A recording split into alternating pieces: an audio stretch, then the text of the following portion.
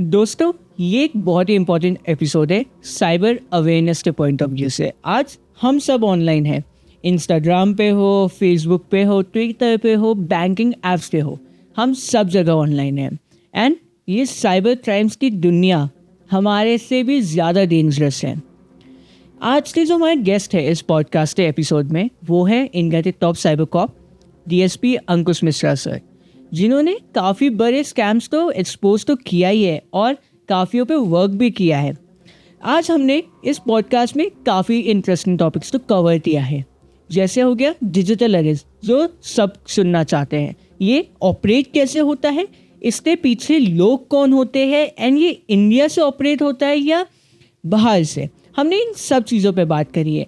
And सबसे important चीज़, ये cyber criminals की मेंटालिटी क्या होती है, how do they target people, उनका कोई एक कि वो लोगों तक पहुँचते कैसे है, या तो वो डायरेक्ट अप्रोच करते या उन्हें पता होता है इसे टारगेट करना है। हमने उन पे भी बात करी है। एंड कुछ इंटरेस्टिंग स्कैम्स हो गए, Nigerian scam, fake KYC scams, and काफ़ी ऐसे नए स्कैम्स जो हमने सुने भी नहीं है। एंड इन सब स्कैम्स से आपको कैसे बचना है एंड कहाँ से डेली अपडेटेड रहना है, हमने उस पॉइंट पे भी बहुत ज़्यादा इन डेप्थ बात करी है।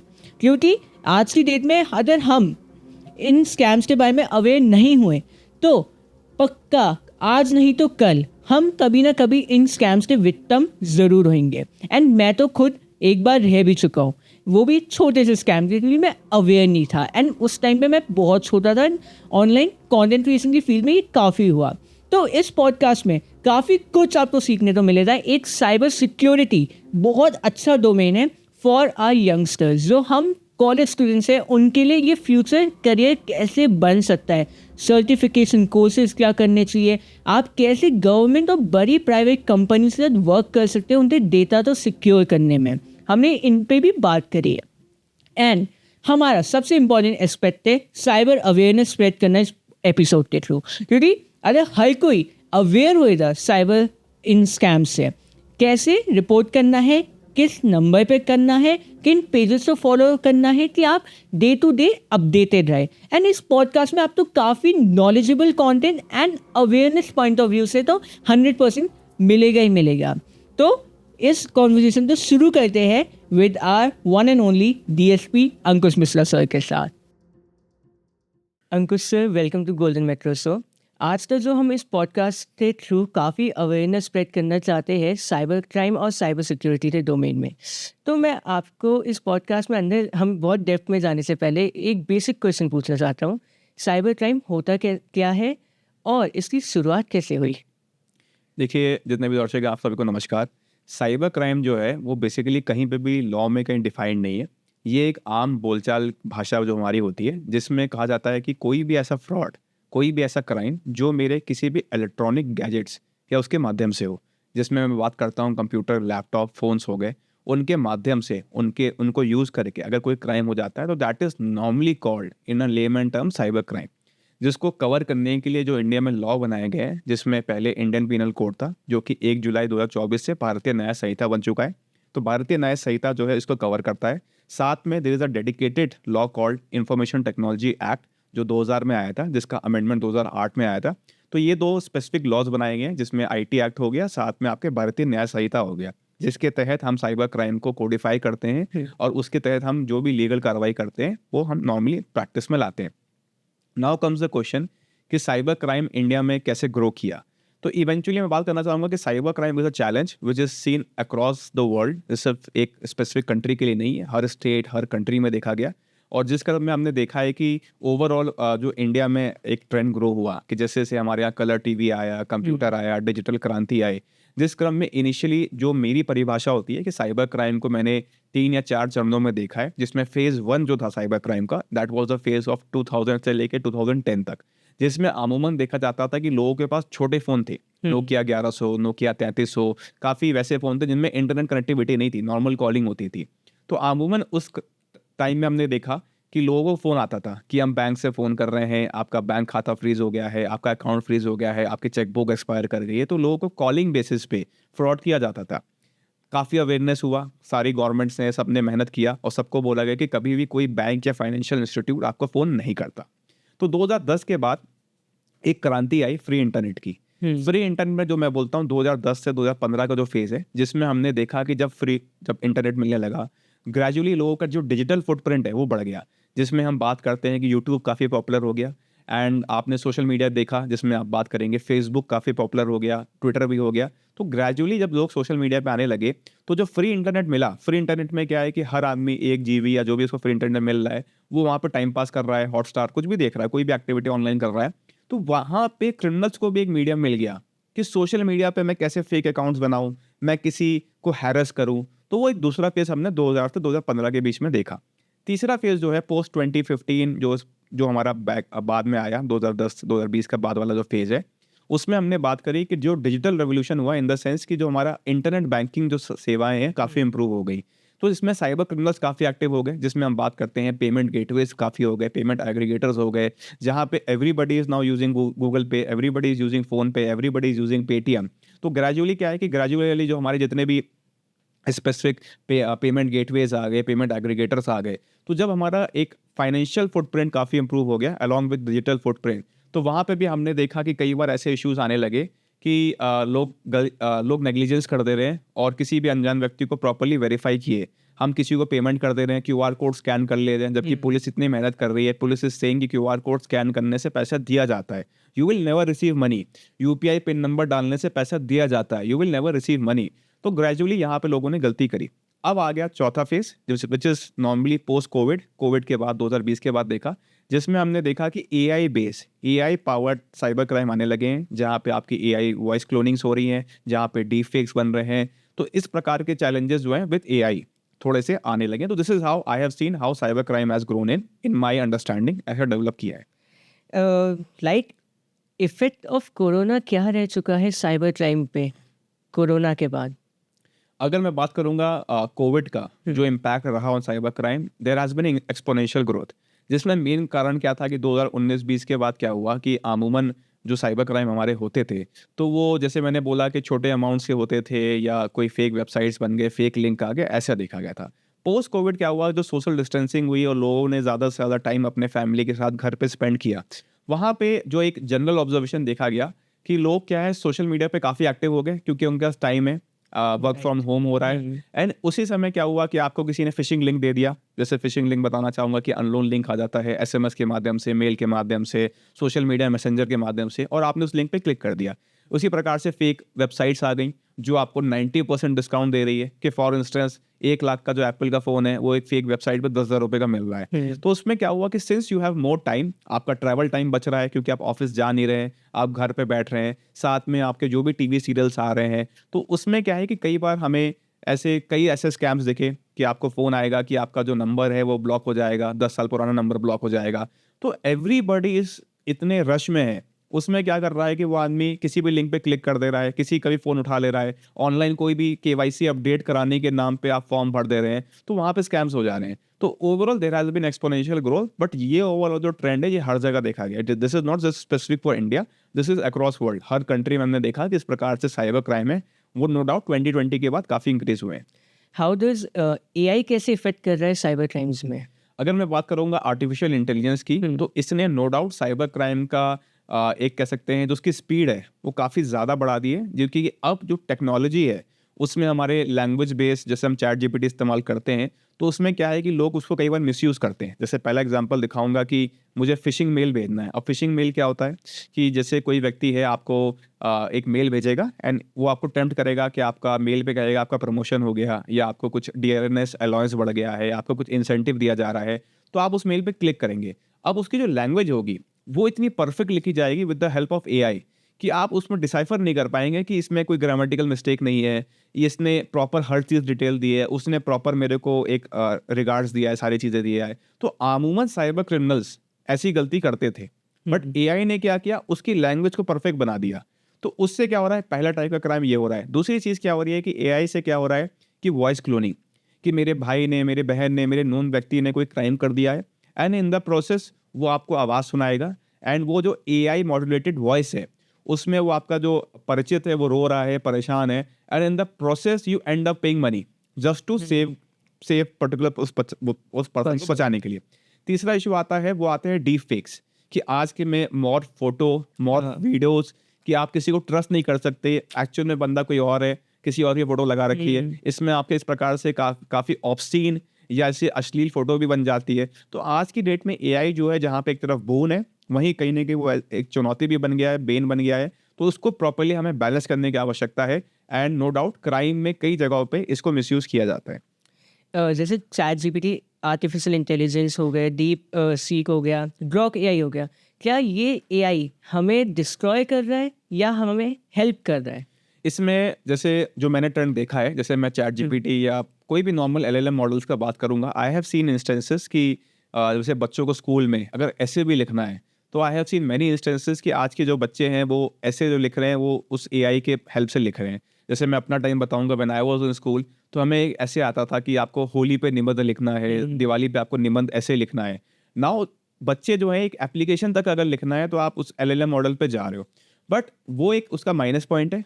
कहीं ना कहीं हमारी क्रिएटिविटी पे क्वेश्चन मार्क उठता है, पर प्लस पॉइंट भी है कि चैट जीपीटी को eight the end of the day मैं बहुत ज़्यादा यूज़ कर रहा हूँ। जहाँ पे मैं अपने ऑफिस वर्क में हो गया, मैं एक लेटर ड्राफ्टिंग कर रहा हूँ, मुझे कुछ रूल्स समझने हैं, मुझे कुछ मैनुअल समझना है, तो हर जगह ChatGPT Perplexity is helping me. So at the end of the day what I am trying to say is that कि टेक्नोलॉजी कुछ भी हो जाए, हर चीज़ के अपने प्रोज एंड कॉन्स हैं। एंड चैट जीपीटी पर्सनली मैं काफ़ी यूज़ करता हूँ एंड उसको मैं प्रमोट भी करता हूँ, बिकॉज वो मेरे काम में काफ़ी असिस्ट करती है। But at the end of the day हर चीज़ के प्रोज एंड कॉन्स होते हैं। इसमें as a parent and as जो भी उनके टीचर्स होते हैं, उनको थोड़ा सा ध्यान देखना है कि हम जो भी एलएलएम मॉडल्स हैं या जो भी एआई है, उसको हम बैलेंस बनाएं और बच्चों को भी सीख दें कि इस जगह पे आप एआई का इस्तेमाल करो और इस जगह पे आप अवॉइड करो, and try to have your own creativity. So it's a balance, हर चीज़ का प्रोज एंड कॉन्स है, वैसे ही इस चीज़ का है। Personally if you ask me, I am personally using perplexity, I am personally using chat GPT, ऐसे मैं एआई को यूज़ करता हूँ and I am comfortable with that, और मेरा सारा काम उससे हो रहा है। बट आपके ऊपर है कि आप टेक्नोलॉजी को कैसे इस्तेमाल करते हैं। आपने एक एलएलएम मॉडल का वर्ड यूज़ किया, वो क्या होता है? ये बेसिकली इसका जो फुल फॉर्म होता है, लार्ज लैंग्वेज मॉडल्स होते हैं। तो जैसे हमारा चैट जीपीटी हो गया, ग्रॉक हो गया, डीप सीक हो गया, ये बेसिकली क्या है कि टेक्स्ट बेस्ड एआई है। तो टेक्स्ट बेस्ड एआई का मतलब क्या हो गया कि मैं उसे स्मार्ट प्रॉम्प्ट देता हूँ एंड स्मार्ट प्रॉम्प्ट जो है वो कंटेंट को फिल्टर करता है, अलग अलग जगहों से डेटा एक्सट्रैक्ट करता है, वो अपनी उस एक्सट्रैक्टेड डेटा से अपनी एक इंटेलिजेंस गैदर करता है and then at the end वो मुझे रिफाइन करके एक नॉलेज दे रहा है। तो जैसे personally I am quite active in cyber security, तो मैं जैसे पर्सनली चैट जीपीटी को बहुत यूज़ करता हूँ, I also use Grok as well as Perplexity. तो इन तीनों एआई मॉडल को मैं अपने काम में यूज़ करता हूँ, जहाँ पे मुझे कोई भी साइबर सिक्योरिटी की चैलेंज आता है कि कोई अटैक है या किसी चीज़ को समझना है, कोई कोडिंग को समझना है, तो मैं पूरा का पूरा कोड या वो सारी चीज़ें हैं वो उनमें डाल देता हूँ and then I try to ask, and then I also ChatGPT भी सीख रहा है और मेरी खुद की भी लर्निंग हो रही है, तो वी आर टुगेदर लर्निंग। तो at the end of the day AI जो है दोनों तरीके से काम करता है, it is up to you. And सबसे अच्छी चीज़ क्या है कि लार्ज लैंग्वेज मॉडल में क्या है कि आज की डेट में जो हमारा 90% काम होता है वो रिटन फॉर्म में ही होगा। I don't want any pictures, I don't want any charts, वो तो मैं अलग अलग टूल्स होते हैं उनसे बना सकता हूँ। At the end of the day मुझे ड्राफ्टिंग करनी है और मुझे लिटरेचर चाहिए कि why this thing is happened, what are the available solution. तो वहाँ पे जो लार्ज लैंग्वेज मॉडल है वो काफ़ी हद तक मेरे को हेल्प करता है and in this way AI is helping me a lot. Okay. जैसे स्कैम्स के बारे में बात करते हैं तो सबसे इंटरेस्टिंग टॉपिक है डिजिटल अरेस्ट। यस तो डिजिटल अरेस्ट होता क्या है और ये कैसे ऑपरेट किया जाता है? यस, ये बहुत इंपॉर्टेंट है हम सब के लिए, अवेयरनेस के लिए, कि डिजिटल अरेस्ट जो हमने ट्रेंड देखा last year, there was a big issue जिसमें बहुत सारे केसेस ऑल इंडिया रिपोर्ट हुए एंड जिसमें हमारे माननीय प्रधानमंत्री श्री नरेंद्र मोदी सर, उनके द्वारा मन की बात में भी ये बात बोली गई थी, जिसमें उनके द्वारा भी अपील की गई कि थोड़ा सा आप लोग प्रॉपर्ली सतर्क हो जाइए। और डिजिटल अरेस्ट बेसिकली क्या होता है कि आपको एक अननोन व्यक्ति है, वो व्हाट्सएप, टेलीग्राम, किसी भी सोशल मीडिया मैसेंजर पे कांटेक्ट करेगा एंड देन वो आपको व्हाट्सएप पे कुछ डॉक्यूमेंट्स भेजेगा एंड ही और शी विल से कि ये मैं फला पुलिस या फला एजेंसी बोल रहा हूँ एंड आपने कोई क्राइम किया है या कोई ऐसा क्रिमिनल पकड़ा गया है, उसने कन्फेशन दिया है, उस कन्फेशन में बोला है कि यू आर अ को कॉन्स्पिरेटर, आपने उसके साथ मिलकर के कोई बड़ा मनी लॉन्ड्रिंग या कोई स्कैम किया है। अब क्या होगा, आप घबरा जाओगे, आप वो लेटर पढ़ोगे, डॉक्यूमेंट पढ़ोगे, it will be some notice, some warrant from court, कहीं से समन आ रखा होगा किसी कोर्ट से या किसी पुलिस की नोटिस होगी फेक, आप घबरा जाओगे। फिर वो बंदा बोलेगा आप परेशान मत हो, मैं अब इस चीज़ से, स्कैम से बाहर निकालता हूँ आपको, आप ऑनलाइन आ जाओ, ऑनलाइन वीडियो कॉल करो। तो जो ऑनलाइन वीडियो कॉल होगी, it could be on any social media platform. Online video call में क्या होगा, वो एक फेक सेटअप दिखाएगा जिसमें वो सीबीआई, ईडी, कोई स्टेट पुलिस या कोई भी सेंट्रल एजेंसी, स्टेट पुलिस कुछ भी बन करके वो एक नकली यूनिफॉर्म पहनेगा, उसके साथ एक प्रॉपर ऑफिस सेटअप होगा, गवर्नमेंट का ऑफिस सेटअप होगा और बोलेगा कि हम आपका स्टेटमेंट रिकॉर्ड कर रहे हैं और आपको ऑनलाइन अरेस्ट कर लिया गया है, आपको कहीं जाना नहीं है, यहाँ तक कि आपको वॉशरूम तक नहीं जाना है, बात करना तो दूर की बात है। तो आप घबरा जाओगे, आपको स्क्रीन के सामने अपनी प्रेजेंस बनी है। अब वो क्या है, it could B through any video conferencing software. आज की डेट में पोस्ट कोविड बहुत सारे ऐसे ऑनलाइन मीटिंग के सॉफ्टवेयर आ गए हैं। अब आप घबरा करके उसके स्क्रीन के सामने बैठे हुए हो एंड वो आपको बैंक अकाउंट्स बताएगा और बोलेगा अगर आपको इतने पैसे देने, अगर आपने इतने पैसे नहीं दिए तो आपके फैमिली मेंबर्स को गोली मारी जा सकती है या आपके फैमिली मेंबर को जेल भेजा सकता है। तो इसमें जो साइकोलॉजी होती है विक्टिम की, वो इतना ज़्यादा वो डर जाता है कि वो एट टाइम्स अपना प्रेजेंस ऑफ माइंड लूज कर देता है। और हमने कई केसेस देखे, लाखों से करोड़ों रुपए लोगों ने गंवाए। उसमें वो व्यक्ति अपने वाइफ को या अपने किसी बच्चों को बता भी नहीं रहा कि मेरे साथ क्या हो गया, and he is transferring money. जब पूरा पैसा खत्म हो जाता है देन वो बोलेगा कि सर मेरे सारे पैसे खत्म हो गए, I have for example I have 60 lakh rupees saving, 60 lakh रुपए मैंने सब दे दिए सर, ये मेरी पेंशन है, कुछ भी था जो मेरी लाइफ लॉन्ग सेविंग है। तो वो सामने वाला कहेगा चल ठीक है तुम बैंक जाओ, तुम्हें हम कुछ घंटों का टाइम दे रहे हैं और कहीं से पैसा लोन वोन या कहीं से पैसा अरेंज करो। तो इस प्रोसेस में वो वीडियो कॉल को डिस्कनेक्ट करेगा। Then he will go outside, तो उसके फैमिली मेंबर को पूछेगा कि कहाँ जा रहे हैं आप, क्या हो गया क्या हो गया। देन उस केसेस में हमने देखा है कि वो डिस्कस करेगा कि मेरे साथ ऐसा ऐसा हो गया और मुझे तुरंत पैसे की आवश्यकता है। तो फिर फैमिली मेंबर बताते हैं कि ये स्कैम है, ये आप कहाँ फंस गए, आपने पहले क्यों नहीं बोला। तो वो कहेगा नहीं नहीं स्कैम नहीं, इतना ब्रेन वॉश होता है। फिर हमने कई केसेस में देखा कि फैमिली मेंबर लड़ाई करके उनको जबरदस्ती विक्टिम को हमारे पास लाते हैं, पुलिस के पास। एंड देन जब वो सारी बातें बताता है तो we have to explain him everything. वो इतना ब्रेन वॉश होता है तो उसको पूरा समझाना पड़ता है कि भाई ऐसा कोई डिजिटल अरेस्ट स्कैम नहीं होता, ऐसा कोई डिजिटल अरेस्ट नहीं होता, ये सारा स्कैम है, ऐसा कोई आपको नोटिस वारंट समन इशू नहीं हो रहा। तो इवेंचुअली फिर इस प्रोसेस में क्या होता है कि वो उस फेज से बाहर निकलता है और फिर उसका केस रजिस्टर होता है। तो this is how a digital arrest goes. ये बहुत बड़ा स्कैम है। आपको कोई भी ऐसा ऑनलाइन समन वारंट नोटिस या कोई भी आपको थ्रेट नहीं देता है तो अगर कभी भी आपको डाउट लगे you should report to the concerning nearest police station या फिर जो भी साइबर पुलिस स्टेशन है वहां पे आप जरूर रिपोर्ट कराएं, पैसा बिल्कुल मत दें। तो ये ओरिजिनेट कहाँ से होते हैं, मतलब ये इंडिया में बैठे होते हैं या आउट ऑफ इंडिया? इसमें बताना चाहूँगा कि जो हम जो टेक्निकली वर्ड बोलते हैं प्रोसेस के लिए होता है मॉडस ऑपरेंडी। मॉडस ऑपरेंडी का मतलब होता है कि ये क्राइम कैसे हुआ, what is the method use for committing this crime. तो इसमें हमने देखा है कि जो कई सारे पोस्ट कोविड जो है कई सारे स्कैम्स बढ़े, जिसमें हमने देखा चाइनीज स्कैम्स आए, जिसमें हमारे साउथ एशियन कंट्रीज हैं, जिसमें हम बात करते हैं थाईलैंड, वियतनाम, कंबोडिया, म्यांमार, ऐसे एरियाज जहाँ पर ऐसे उन कंट्रीज के ऐसे एरिया जहाँ पे उनकी गवर्नमेंट का कंट्रोल नहीं है, जहाँ पे एक सिविलियन एक कह सकते हैं अनरेस्ट है या वहाँ पे पब्लिक है, तो वहाँ पे लोगों ने स्कैम करना शुरू किया। And the main issue was that कि कोविड में जो साउथ एशियन कंट्रीज में जो वहाँ पे एक ऑनलाइन जो भी होता था, गेमिंग होती थी, बेटिंग होती थी, कसिनोज होते थे, वो काफ़ी ज़्यादा वो इंडस्ट्री हिट हुई बिकॉज ऑफ कोविड। तो जब उनको सोशल डिस्टेंसिंग हुआ, उनको बंद कराया गया, तो उन्होंने एक मीडियम निकाल लिया कि why should we not cheat people through online way. तो वहाँ पे जो कसिनो वाले जो एक सेक्टर था साउथ एशियन कंट्रीज का, इट्स शिफ्टेड टुवर्ड साइबर। तो उन्होंने क्या किया, देयर इज अ कंसेप्ट, हम गूगल पे भी जाएंगे अगर आप ढूंढोगे, that's a concept called cyber slavery. तो साइबर स्लेवरी गूगल पे काफ़ी, इसमें गवर्नमेंट ऑफ इंडिया ने बहुत अच्छा काम किया है, जिसमें कई लोगों को रेस्क्यू किया है।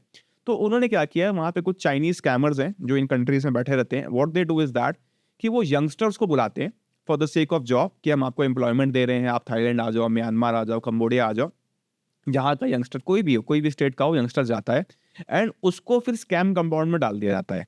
स्कैम कंपाउंड में डालने के बाद उसके बाद बैंक अकाउंट्स होंगे, कुछ मोबाइल किट्स होंगी, कुछ एसएमएस अलर्ट नंबर, सारी चीज़ें जो हमारी नॉर्मल केसेस में होती हैं वो उससे मंगवाएंगे। And then he is put in that scam compound and he is forced to do that scam.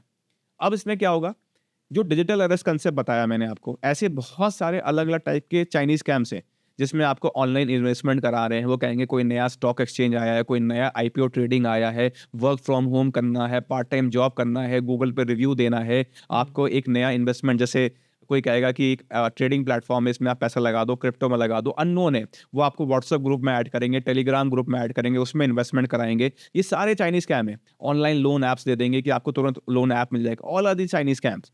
तो उसमें क्या हो रहा है, जो विक्टिम है वो क्या कह रहा है कि सर मेरी जो जिससे बात हुई है वो इंडियन है, जो बैंक खाता जिसमें पैसा डाला वो इंडियन है, जो मोबाइल नंबर है वो भी इंडियन है, तो you are saying it's a Chinese scam.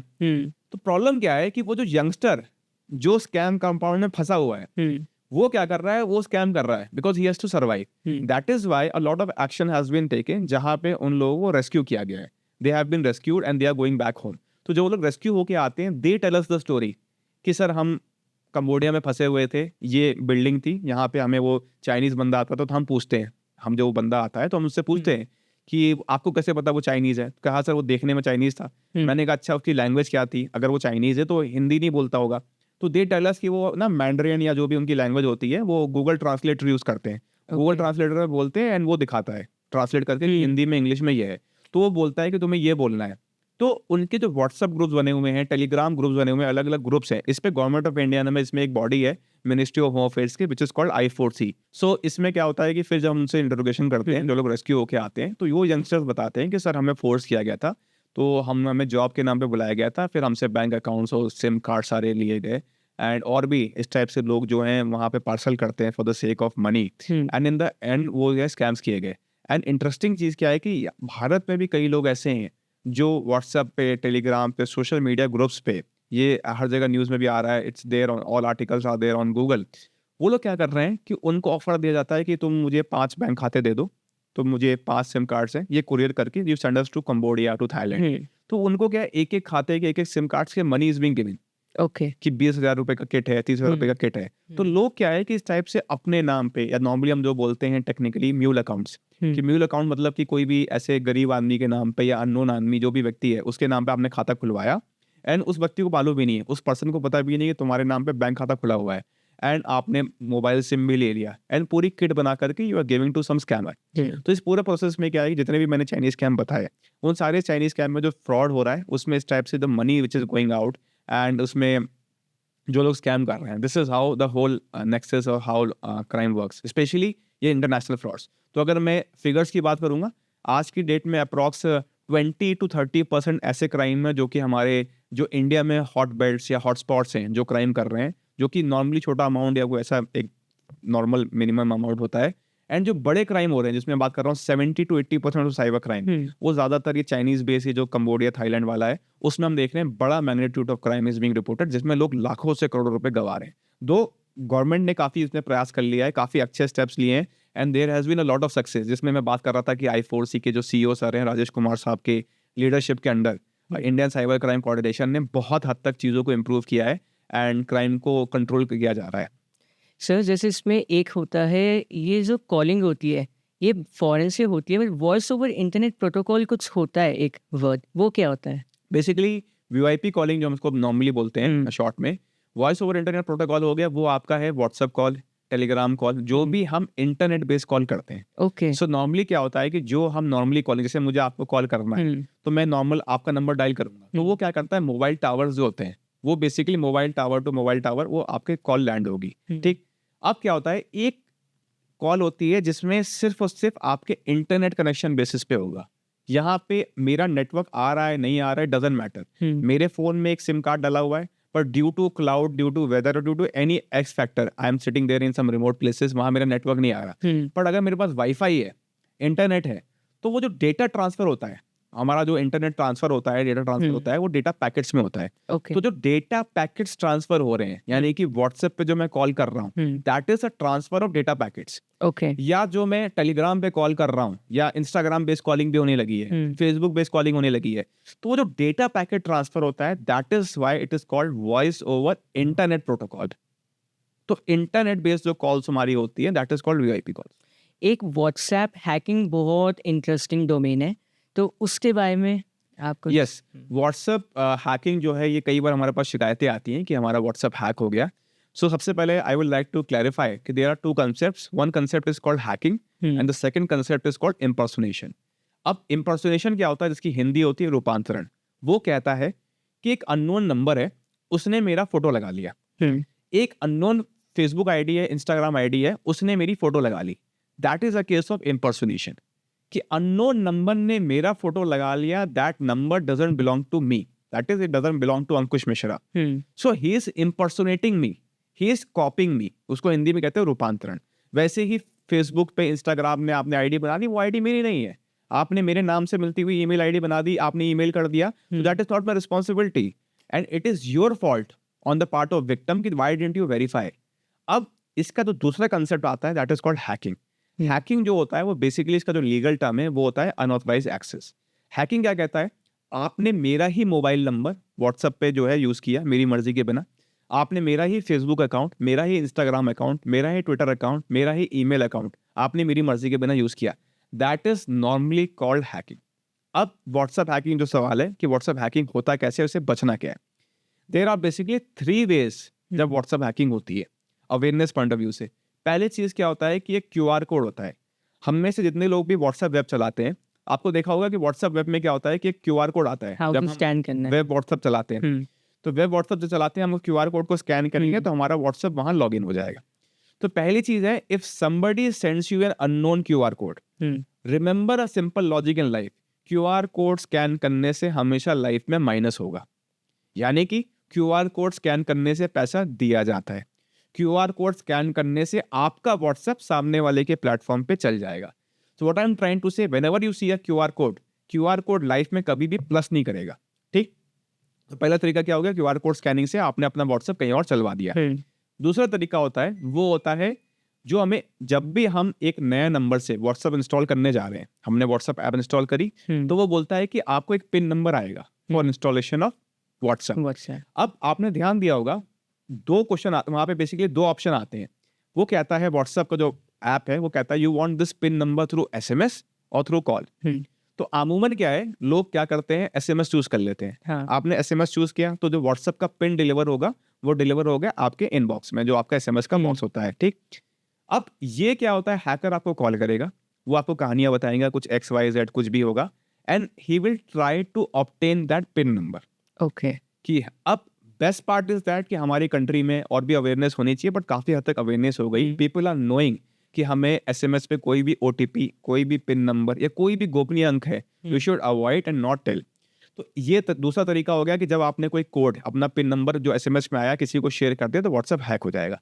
अब आता है सबसे खतरनाक तरीका, तीसरा तरीका, which is now most popular for doing WhatsApp hacking, that is the concept of call forwarding. उसमें मैंने क्या बोला आपको सेकेंड तरीके में कि जो व्हाट्सएप आपको पिन नंबर भेज रहा है, it's asking you 2 options, either SMS या कॉल बेस। SMS में पिन नंबर आएगा, हैकर नोज कि आप अवेयर हैं, आप पिन नंबर शेयर नहीं करेंगे, तो वो क्या करेगा, आपने कॉल बेस ऑप्शन सेलेक्ट कर लिया।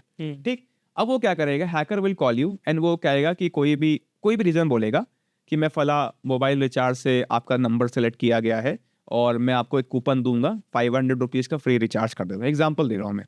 ठीक, आप खुश हो जाओगे, चलो ठीक है, मुझे कुछ पिन नहीं बताना है, कुछ बताएं, मुझे एक नंबर डायल करना है, दैट विल बी फाइन। आपने गलती क्या करी, देयर आर 2 कोड्स। पहला होता है एयरटेल वोडाफोन के जो कॉल फॉरवर्ड्स होते हैं, उसमें बोलेगा आपको जो कोड डायल करना है *21* मोबाइल नंबर हैश, वो जो मोबाइल नंबर होगा वो हैकर का होगा। रिलायंस जियो का जो नंबर है वो *401* मोबाइल नंबर हैश करके होता है। आपने नंबर डायल कर दिया, ये पूरा कोड डायल कर दिया। अब जो आपने मोबाइल नंबर डाला है that is the number of that hacker. Okay. अब क्या हुआ, हैकर ने क्या किया, वो व्हाट्सएप इंस्टॉल करेगा, आपका नंबर डालेगा। अब जब वो पिन का ऑप्शन आएगा तो he will select the option of call. अब वो जो ऑटोमेटेड कॉल आएगी for pin, that should be delivered on your phone. पर जो आपने 2 कोड डायल करे, रिलायंस जियो के केस में आपने *401* मोबाइल नंबर हैश डाला और एयरटेल वोडाफोन और बाकी ऑपरेटर है *21* मोबाइल नंबर हैश डाला, आपने कॉल फॉरवर्ड करा ली अपनी।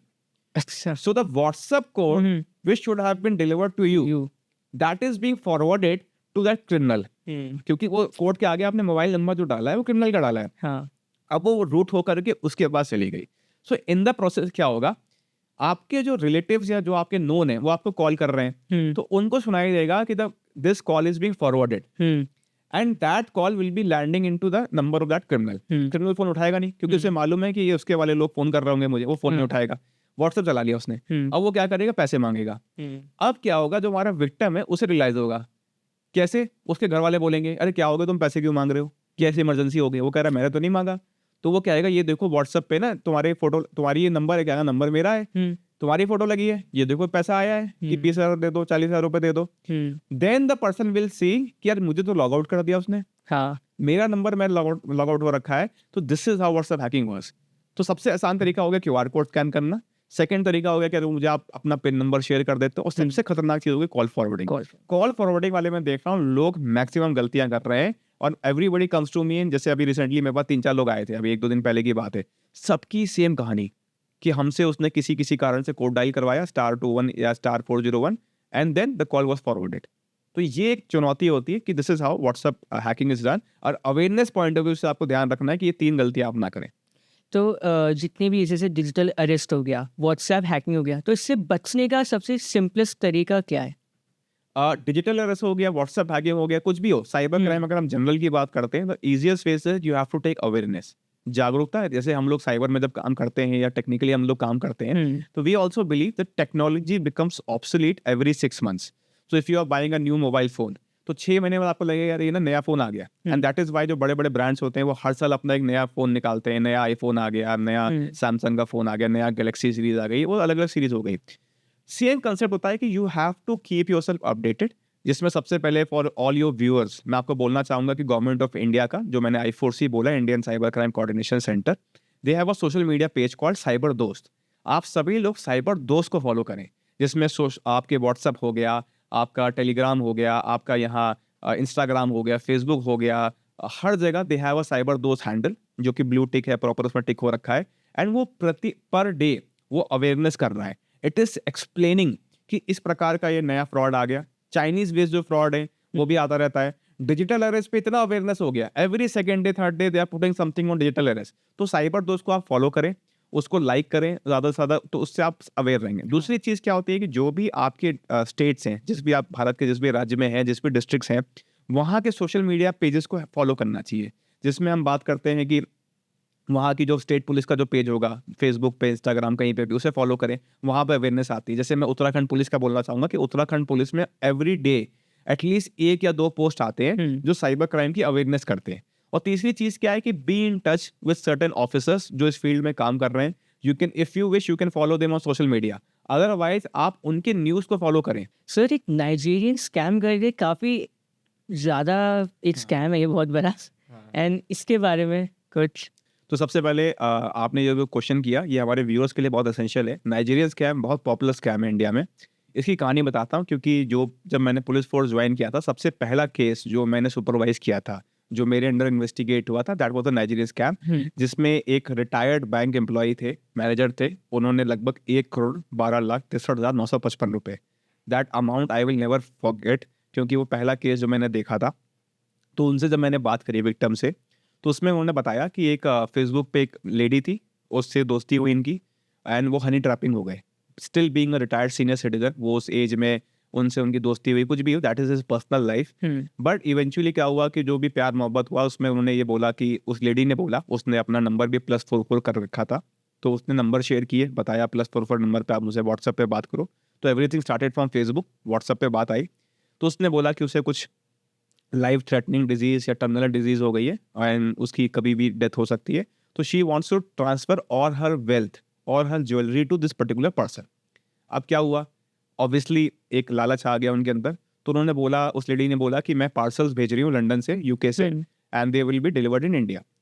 अब इनको फोन आने लग गए अननोन नंबर से, एंड दे स्टार्टेड कॉलिंग कि हम कस्टम से बोल रहे हैं, ये पार्सल पकड़ा गया है एंड इसमें कुछ इलीगल ऐसा सब्सटेंस है और जाली पासपोर्ट्स भी है, और ये आपके ही लिए इशू था, आपके खिलाफ इसमें एक्शन होगा, इसमें आपको पैसे देने पड़ेंगे। He started paying money. एक फेक नोटिस आने लगे, वो पैसे मांगने लगे, एक्सटॉर्शन शुरू हो गया।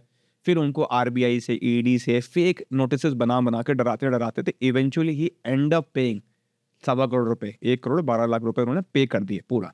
Then he came to me and हमारी टीम ने उस केस को इन्वेस्टिगेट किया, एंड देन इवेंचुअली जब हमने इस केस को वर्कआउट किया तो उसमें जो मेन मास्टरमाइंड था, he was a Nigerian national based in New Delhi. Okay. अब क्या हुआ कि इसमें जब हमने उसको दिखाया कंसर्निंग विक्टिम को, he was literally shocked, because जिस लड़की से आप बात कर रहे हो, एक्चुअल में जो हमारा विक्टिम होता है उसको समझ में नहीं आता कि he is actually an African national. अब ये नाइजीरियन कंसेप्ट क्या है, नाइजीरियन बेसिकली कंसेप्ट क्या है कि यहाँ पे कई सारे हमारे अफ्रीकन स्टूडेंट्स होते हैं, they come to India for good education, and वो स्टूडेंट वीज़ा पे आते हैं या बिजनेस वीज़ा पे आते हैं, they settle in New Delhi and Bangalore, and उनकी प्रॉपर कम्युनिटी होती है, वो यहाँ पे आप अपना काम करो। India is a free democratic country giving us a lot of good education, पूरे वर्ल्ड में पॉपुलर है हमारे देश का जो एजुकेशन सिस्टम है। बट अनफॉर्चुनेटली जैसे फ्रॉडस्टर हर उसमें होते हैं, हर कम्युनिटी में होते हैं। उनके यहाँ कुछ लोग होते हैं जिनकी जो लाइफस्टाइल होती है वो थोड़ी सी लैविश होती है, जिसमें वो उनका जो भी खान पान जो भी चीज़ें होती हैं उस चीज़ को सपोर्ट करने के लिए at times some of those people from that particular कह सकते हैं नेशनैलिटी, जिसमें मैं अलग अलग कंट्रीज बोलूँगा, नाइजीरिया हो गया, कॉन्गो हो गया, आइवरी कोस्ट, बहुत अलग अलग उस कंट्री के होते हैं। वो क्या करते हैं, इस टाइप के स्कैम्स करना शुरू कर देते हैं, जहाँ पे वर्चुअल नंबर्स होंगे, जहाँ पे वो इस प्रकार से टेम्पररी नंबर्स हम जनरेट कर लेते हैं आजकल, एंड देन वो फेक आईडीज़ बनाते हैं, एंड फेक आईडीज़ पे या इस टाइप के वर्चुअल नंबर से दे क्रिएट इम्पर्सोनेटिंग अकाउंट्स, जिसमें कोई भी महिला की फ़ोटो लगा देंगे, फॉरेन नेशनल की, दोस्ती करेंगे, एंड देन हनी ट्रैपिंग होती है।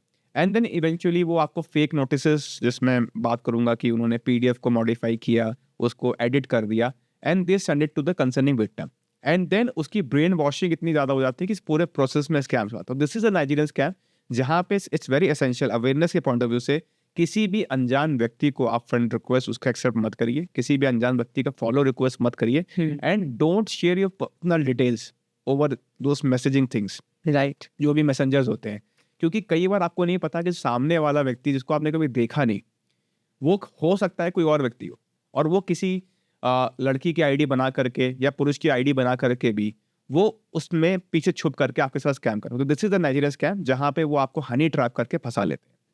एंड जैसे ऑनलाइन केवाईसी फ्रॉड काफ़ी बढ़ रहे हैं, तो उससे बचा कैसे जा सकता है, उसका ओरिजिनेशन क्या है, मेथड्स क्या है? यस, केवाईसी फ्रॉड जो था मैंने कोविड में, कोरोना काल में काफ़ी ज़्यादा देखा। इसकी भी छोटी सी कहानी बताऊंगा, काफ़ी इंटरेस्टिंग है, लोगों को समझ में आएगा कैसा भी होता है। तो ये है कि मैं अपने घर बैठा हूँ, एग्जांपल दे रहा हूँ कि for example I am a victim and I am sitting back at home, और मैं टीवी देख रहा हूँ, I am enjoying a good time with my family. अब मुझे फ़ोन आएगा, विक्टिम को यानी कि फ़ोन आएगा, एंड वो बोलेंगे कि आपका ये जो 10 साल पुराना नंबर है ये बंद होने वाला है। तो आई विल बी शॉक्ड कि भाई क्यों, कुछ भी कहानी बताएगा कि आपके नंबर का ये हो गया, वो हो गया, कोई नया कोई रूल आ गया कि आपके नंबर को चेंज करना है, ये वो। तो आप बोलोगे नहीं नहीं, मुझे नहीं, ये नंबर ना, मेरे नंबर सबके पास है, ये नंबर बंद नहीं होना चाहिए। तो कहेगा ठीक है, कोई बात नहीं, हम फला एयरटेल, वोडाफोन, जियो, किसी कंपनी से बोल रहे हैं, हम आपकी ना ऑनलाइन केवाईसी अपडेट कर देंगे। ऑनलाइन केवाईसी अपडेट हो जाएगा तो आपका नंबर आप सर चलाते रहना। तो मैं कहूँगा हाँ भाई, मेरी केवाईसी जो कराना है करा लो। तो what he will do, he will send me some application, in the sense कि एक फॉर्म भेजेगा, उस फॉर्म के बैकएंड में एक रिमोट एक्सेस टूल होता है जो मेरे फ़ोन को मिरर करता है। अब क्या हुआ, जो मेरे को उसने व्हाट्सएप पे चैटिंग हुई, उसने क्या किया, मुझे एक फॉर्म भेजा, उसके बैकएंड में एक एप्लीकेशन है। मैंने जैसे ही फॉर्म खोला, बैकएंड में एप्लीकेशन डाउनलोड हो जाएगी। Okay. Now what will happen, उस फॉर्म में एक डमी फॉर्म होगा जिसमें मेरा नाम होगा, नेम, मेरा मोबाइल नंबर, देन उसमें कुछ डिटेल होगी, और उसमें नॉमिनल फ़ी होगी, 2 रुपये, 5 रुपये, 10 रुपये का एक नॉमिनल फ़ी होगा। एंड वो फ़ोन पे आपको बोलेगा कि सर 10 रुपये का आप केवाईसी के लिए 10 रुपये का तो फॉर्म भर सकते हो, and I M okay with that. मैं कहूँगा ठीक है, 10 रुपये की बात है, चलो मैं पे कर देता हूँ। जब वो 2 रुपये, 5 रुपये या 10 रुपये का जो एक नॉमिनल फ़ी का जो आप वो पेमेंट कर रहे हो, उसमें गलती क्या होती है कि आपका ना बैकएंड में जो रिमोट एक्सेस टूल है, वो आपका देख रहा है कि 2 रुपये की पेमेंट के लिए आपने कौन सा पेमेंट गेटवे लगाया, ओके। आपने क्या बैंकिंग डिटेल डाली थी, आपने क्या पिन नंबर डाला था, जो भी आपका है, क्या सीवीवी नंबर डाला, वो सारा मॉनिटर कर सकता है। एंड इसी समय जो क्रिमिनल आपको कॉल करेगा, एंड 15 मिनट तक वो आपको एंगेज रखेगा। क्यों? 15 मिनट तक वो आपको ऑफर्स देगा, वो आपको लगातार एंगेज करेगा। मीनवाइल जो जो उसके एसोसिएट्स हैं, वो क्या कर रहे हैं, बैंक अकाउंट पे काम कर रहे हैं, because they have already seen कि आपने 5 रुपये की पेमेंट के लिए क्या किया। ठीक, अब जैसे ही आप फोन डिस्कनेक्ट करेंगे, you will see a lot of bank SMS alerts जो बोलेगा कि आपके 5000 डेबिटेड, 5000 डेबिटेड। तो जब ये पूरा डिडक्शन हो रहा था, you are busy talking to that particular person. Okay. तो आपका प्रेजेंस ऑफ माइंड हट गया। हाँ। जो उसने 2 रुपये का फॉर्म भरवाया आपसे, वो भरवाया था कि वो आपकी पेमेंट डिटेल ले सके, आपके फोन को मिरर कर रखा है, और जो आपसे बात कर रहा है ही केप्ट यू एंगेज। तो इन द प्रोसेस जो आपका पूरा बैंक अकाउंट जो आपने यूज किया था for paying that 2 rupees form, उस 2 रुपये के चक्कर में आपका पूरा जो बैंक खाता खाली हो गया। एंड 15 मिनट बाद जो हम कहते हैं एक गोल्डन टाइम पीरियड होता है फॉर रिपोर्टिंग अपने बैंक अकाउंट्स को ब्लॉक कराने का, वो आपका लैप्स हो गया, because he kept you engage for 15 minutes. और 15 मिनट बाद जब आप देखोगे यार ये तो 15 मिनट से मुझे SMS आ रहे थे, and he kept me engage. तो इस टाइप से KYC के नाम पे लोगों के साथ ठगी हो जाती है। तो इसके लिए अवेयरनेस क्या होनी चाहिए? अवेयरनेस यही है कि जैसे हमने बोला कि सोशल मीडिया जो पेजेस होते हैं गवर्नमेंट ऑफ इंडिया के, जिसमें हम साइबर दोस्त की बात करते हैं, Indian cyber crime coordination centre द्वारा, साइबर दोस्त को आप फॉलो करें, लाइक करें, सब्सक्राइब करें। Daily they are showing this awareness messages. साथ में जितनी भी एजेंसीज हैं, आरबीआई हो गई या मिनिस्ट्रीज हो गई, उनके एडवर्टीजमेंट्स आ रहे हैं लगातार। Ultimately awareness everything. आप सोशल मीडिया जो पेजेस होते हैं पुलिस के, उन्हें आप फॉलो करें, तो वहां से भी आपकी अवेयरनेस हो गया, इवेंचुअली विल रिमेन अपडेटेड। तो अल्टीमेटली आपको नहीं मालूम कि 6 महीने बाद कौन सा क्राइम आ जाएगा ऑनलाइन। तो अगर आपने अवेयरनेस नहीं ली तो eventually there is a high probability. जैसे जमतारा सीरीज आई थी एक साइबर क्राइम की, तो उसकी जो टैगलाइन है उस सीरीज की, दैट वाज सबका नंबर आएगा। तो unfortunately if you are not aware then you are waiting for your turn कि कब आपके साथ साइबर क्राइम हो सकता है। जैसे जमतारा की आपने बात करी, जमतारा झारखंड की सबसे बड़ी जो एक डिस्ट्रिक्ट है, उसके अंदर नक्सलाइट्स काफ़ी ज़्यादा इसमें वर्क कर रहे हैं। करेक्ट। जब से कोविड आया तब से उनके साथ से कुछ प्रॉब्लम्स है, एंड पुलिस के लिए वहाँ पे ऑपरेशन कैरी आउट करना थोड़ा मुश्किल रहता है, एंड वहाँ से वो काफ़ी बड़े साइबर नोटोरियस हब बनता जा रहा है इंडिया का। यस। जमतारा का बोलना चाहूँगा कि जो ये जमतारा बेल्ट है, ये बेसिकली झारखंड में है, जो कि पहले छोटा नागपुर प्लेटू जो है भारत का, जो हम ज्योग्राफिकली बात करते हैं, वो काफ़ी मिनरल रिच एरियाज है। यहाँ पे काफ़ी इंडस्ट्रियल सेटअप्स हैं। तो वहाँ पे देखा है कि जमतारा जो है आज की डेट में काफ़ी आउटडेटेड हो गया है, क्योंकि जमतारा में जो साइबर क्रिमिनल्स थे, वहाँ पे आइदर वो काफ़ी फाइनेंशियली कैपेबल हो गए क्योंकि उन्होंने इतना स्कैम कर लिया। अब जो वहाँ पे लोकल पुलिस ने इतना एफर्ट लगाया है, तो वहाँ पे वैसे भी क्राइम कट डाउन हो गया है, जिसमें हमने देखा है कि वो जो उनके क्रिमिनल्स हैं, they have outsource themselves to other states, जहाँ पे वो एज अ गेस्ट फैकल्टी जाते हैं। गेस्ट फैकल्टी जा करके वहाँ पे सिखा रहे हैं, they are running crash courses and they are teaching how to commit cyber crime, how to do cyber crime, जिसमें वो बात करते हैं कि बैंक अकाउंट कैसे खुलवाना है, मोबाइल नंबर कैसे परचेज करना है। नो डाउट चीज़ें इंप्रूव हो गई हैं, जिसमें जैसे आज की डेट में इस गवर्नमेंट ने काफ़ी मेहनत करी है, एंड इन्होंने क्या कहते हैं, जो सिम कार्ड खरीदना है, डिपार्टमेंट ऑफ टेलीकम्युनिकेशन ने इतना मुश्किल कर दिया है कि आप फर्जी सिम कार्ड ऐसे ले नहीं सकते आज की डेट में। बट ओवरऑल वो इस प्रकार के तरीके बताते हैं, टिप्स बताते हैं। सो ओवरऑल जो जमतारा बेल्ट है, जो हम बात कर रहे हैं झारखंड की, वो इवेंचुअली स्टार्टेड कि उनके पास आइदर जॉब नहीं थी या they were not financially so sound. Eventually they found a way कि कैसे हम क्राइम करके इतने पर डे इतने रुपए बना सकते हैं। इसीलिए वो जमतारा नेटफ्लिक्स पे एक सीरीज आई थी जिसमें दिखाया था, उसके बल्कि 2 पार्ट आ चुके हैं, तो उसमें पूरा दिखाया गया कि पैसे कमाने के लिए आपको बाइक लेना है, आपको स्प्लेंडर लेनी है, आपको गाड़ी खरीदनी है, ट्रैक्टर खरीदना है। तो cyber crime is a way of earning fast money, and then eventually क्योंकि आप लोगों को मिसयूज कर रहे हो इन द सेंस कि आप उनके नाम पे किसी गरीब आदमी या किसी बुजुर्ग आदमी के सीनियर सिटीजन के नाम पे आपने बैंक खाते खोल रखे हैं, तो इवेंचुअली क्या है कि आपने उनको एज अ ढाल बना करके आपने क्राइम कमिट किया और आप खुद गायब हो गए। तो ये चीज़ हमने देखी। अब आज की डेट में ये जो साइबर क्राइम है, ऐसे छोटे छोटे hotspots I think it's there in every state. Bihar में कई डिस्ट्रिक्ट्स हैं, नवादा, नालंदा, बिहार शरीफ, पटना, जहाँ पे कई ऐसे क्राइम्स आते हैं। फिर आपका मेवात एक बेल्ट पलती है, जहाँ पे आपका यूपी के कुछ पार्ट्स है, हरियाणा के पार्ट्स है, राजस्थान के पार्ट्स है। वैसे ही आपके कर्नाटका में बैंगलोर है, जहाँ पे काफ़ी सोफिस्टिकेटेड क्राइम होते हैं। दिल्ली एनसीआर हो गए जहाँ होते हैं, गुजरात हो गए। तो ऐसे कहते हैं हर जगहों पे छोटी छोटी बेल्ट्स हो गई हैं, हॉटस्पॉट्स हो गए हैं, जहाँ पे जो इस तरह के मिस्चीवियस एलिमेंट्स हैं, they are finding ways and this is how they are committing crime. And ये जो साइबर क्रिमिनल्स होते हैं, इनका कोई टारगेट भी होता है कि ये टारगेट अचीव कर लेंगे तो इसके बाद हम कुछ नहीं करेंगे? इसमें बेसिकली अगर मैं बात करूंगा कि टारगेट्स की, जैसे मैंने कई क्रिमिनल से मेरा इंटरेक्शन रहता है, जब भी पकड़ के लाते हैं तो उनसे मैं साइकोलॉजी समझने की कोशिश करता हूँ। तो मैं पूछता हूँ कि भाई क्यों करते हो ये सब काम ना, क्या इस तुम्हें लगता नहीं सही कर रहे हो, गलत कर रहे हो? तो हम लोग जैसे I personally follow Bhagavad Gita, तो मैं थोड़ा सा कर्मा फिलोसफी पे भी आ जाता हूँ कि तुम्हारे ऐसे गलत कर्म है, तुम्हें लगा नहीं कि तुम्हारे बच्चे या वो सब भी भुगतेंगे। तो many of the criminals they break down, जो थोड़े वैसे होते हैं। तो व्हाट रीजंस दैट दे से कि सर हमने ना टारगेट बना रखा था। अब कुछ कहेगा कि सर 2 करोड़ रुपए कमाने थे, कोई कहेगा 5 करोड़ रुपए कमाने। तो देन आई आस्क्ड देम कि भाई 2 करोड़ के बाद क्या करोगे? तो कहते हैं सर कुछ था नहीं हमारे पास, अब 2 करोड़ रुपए जब कमा लूंगा मैं, तो एक काम करूंगा, मैं ना एक फ्रेंचाइजी ले लूंगा, आइदर कार की शोरूम ले लूंगा या स्कूटी का शोरूम ले लूंगा, और फिर सारा काम वाइट कर लूंगा। और मैंने कहा बाकी पैसा? कह रहे सर बाकी पैसे से जमीन खरीद लूंगा, खेत वेत खरीद लूंगा, ट्रैक्टर खरीद लूंगा, अपने गाँव वाले के लिए जो भी कर सकता हूँ डेवलपमेंट छोटा मोटा कर लूंगा, और फिर फ्रेंचाइजी ले लूंगा वाइट। तो I have seen this kind of कह सकते हैं एक नेगेटिव कह सकते हैं सोच है कि आप उसको जस्टिफाई कर रहे हो, नेगेटिव रीजनिंग कि मैं क्राइम इसलिए कमिट कर रहा हूँ क्योंकि मुझे ना इस टाइप से फ्रेंचाइजी खरीदनी है या मुझे अपने एक तरीके से सीड मनी चाहिए। अगर कंसेप्ट में बोलूँ कि मुझे सीड मनी चाहिए, तो कहीं ना कहीं कुछ क्रिमिनल्स हैं जो इस माइंडसेट को रखते हैं, और कई ऐसे क्रिमिनल्स होते हैं जिनसे मैंने इंटरेक्ट किया कि दे आर मतलब कि ना they have an destructive mentality. तो वो क्या करते हैं, उनको आप कितना भी बोल लो, समझा लो, वो कहेंगे नहीं सर मेरे को तो यही है, मतलब कि ना इसी क्राइम में मजा आ रहा है, पढ़ाई लिखाई हमने करी नहीं, इसी में हमारा ठीक है। तो they don't have a target. Otherwise many of this cyber criminals give सच, कह सकते हैं, जस्टिफिकेशन अपनी इनर सोल को जस्टिफाई करने के लिए। तो this is how it goes. जैसे कि आपने एक बार बताया था कि एक जने ने एक गांव में जो इसे साइबर क्राइम करना आ गया, साइबर क्रिमिनल बन गया, उसने फ्रॉड्स किए, पैसे कमाए काफ़ी, हाँ फिर उसने गाड़ी खरीद ली, उसने फैमिली पर उसने बाइक ले ली, उसने दोस्त पूछे कैसे कमाया, तो उसने फिर उसे सिखाया, हाँ उस 10 लोगों को, अपने 10 दोस्तों को सिखाया, ऐसे ऐसे वो चेन बनती है। करेक्ट। तो जैसे वो चेन बनती है, इस चेन को कोई ब्रेक डाउन करने का कोई तरीका नहीं है, क्योंकि लोग इन्फ्लुएंस हो जाते हैं कि उसने कमाया तो हम एक्चुअली भी। जैसे इसमें क्या होता है ना कि आज की डेट में, जैसे मैं आपको एक छोटा सा इशू बताऊंगा, सोशल मीडिया जो है, जैसे मैंने बोला, इट्स अ बिग, क्या कहते हैं वो, कह सकते हैं इससे एक बहुत बड़ा इन्फ्लुएंस है। हम्म, इसमें छोटा सा एग्जांपल दिखाऊंगा, पहले साइकोलॉजी की बात करूंगा, then I will come to this psychology जो फॉलो करना होता है।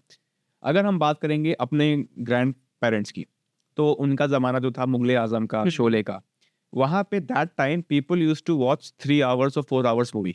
अगर आप बात करेंगे कि आज की डेट में शोले या मुगले आजम है, Mughal-e Azam is one of the is considered one of the longest movies normally. आज की डेट में can you watch Mughal-e Azam, कि आप सस्टेन कर पाओगे? नहीं। तो वो एक साइकोलॉजी थी जहाँ पे हमारे ग्रैंड पेरेंट्स 4-4 घंटे की पिक्चर देखते थे। फिर हमारे जब पेरेंट्स की एज आई, तो पेरेंट्स की एज में हमने देखा कि पिक्चर आने लगी, फिर हमारे टीवी सीरीज शुरू हो चुकी थी, जिसमें हमारा नेटफ्लिक्स हो गया, अमेजोन हो गया, ये काफ़ी फेमस हुआ, अमेजोन प्राइम आ गया, और आजकल बहुत सारे आ गए, आजकल तो जियो सिनेमा आ गया है, और इसका आ गया है, रिलायंस का हो गया, और बहुत सारी चीज़ें आ गई, एयरटेल का भी आ गया अपना एयरटेल टीवी। तो वहाँ पे 30 मिनट्स 40 मिनट्स के एपिसोड्स है।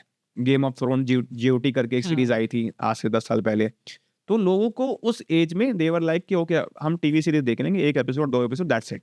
ऐसे इंग्लिश काफ़ी सारे टीवी सीरीज होती हैं, प्रिजन ब्रेक हो गया, बहुत सारी चीज़ें हो गई।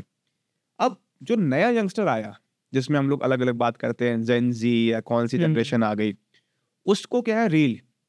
उनका जो साइकोलॉजी है, what I am trying to say, अगर आप ये पॉडकास्ट कर रहे हो और इसकी अगर आप रील्स बनाओगे, तो योर इंटेंशन विल बी कि 30 सेकेंड्स या 1 मिनट या 2 मिनट की रील्स। बियॉन्ड दैट जो मैं इंस्टाग्राम में ऐसे स्क्रॉल थ्रू करता हूँ, हाँ, ये जो टेंडेंसी है, ये मेरी डाउन हो जाएगी अगर मेरी रील बहुत ज्यादा लंबी हो गई। I want watch a long reel until unless बहुत ज्यादा इंगेजिंग हो। तो ये टेंडेंसी हमने देखा कि ह्यूमन माइंडसेट है, यू आर इमेजिनिंग कि 4 घंटे का एक जो मूवी का था मेरा माइंड, अब वो घटते घटते मेरा 30 सेकेंड्स पे आ गया। Same goes for WhatsApp status. WhatsApp status पहले 30 सेकंड्स का था, अब 1 मिनट का हो गया है कि व्हाट्सअप आपको 1 मिनट तक वो व्हाट्सअप स्टेटस देखना अलाउ करता है, because this is how marketing goes, कि जो मेरी माइंडसेट है, मेरा जो मेंटालिटी है, वो 4 घंटे से 30 सेकंड्स पे आ गया। Now this is how it goes when it comes to physical as well as cyber crime.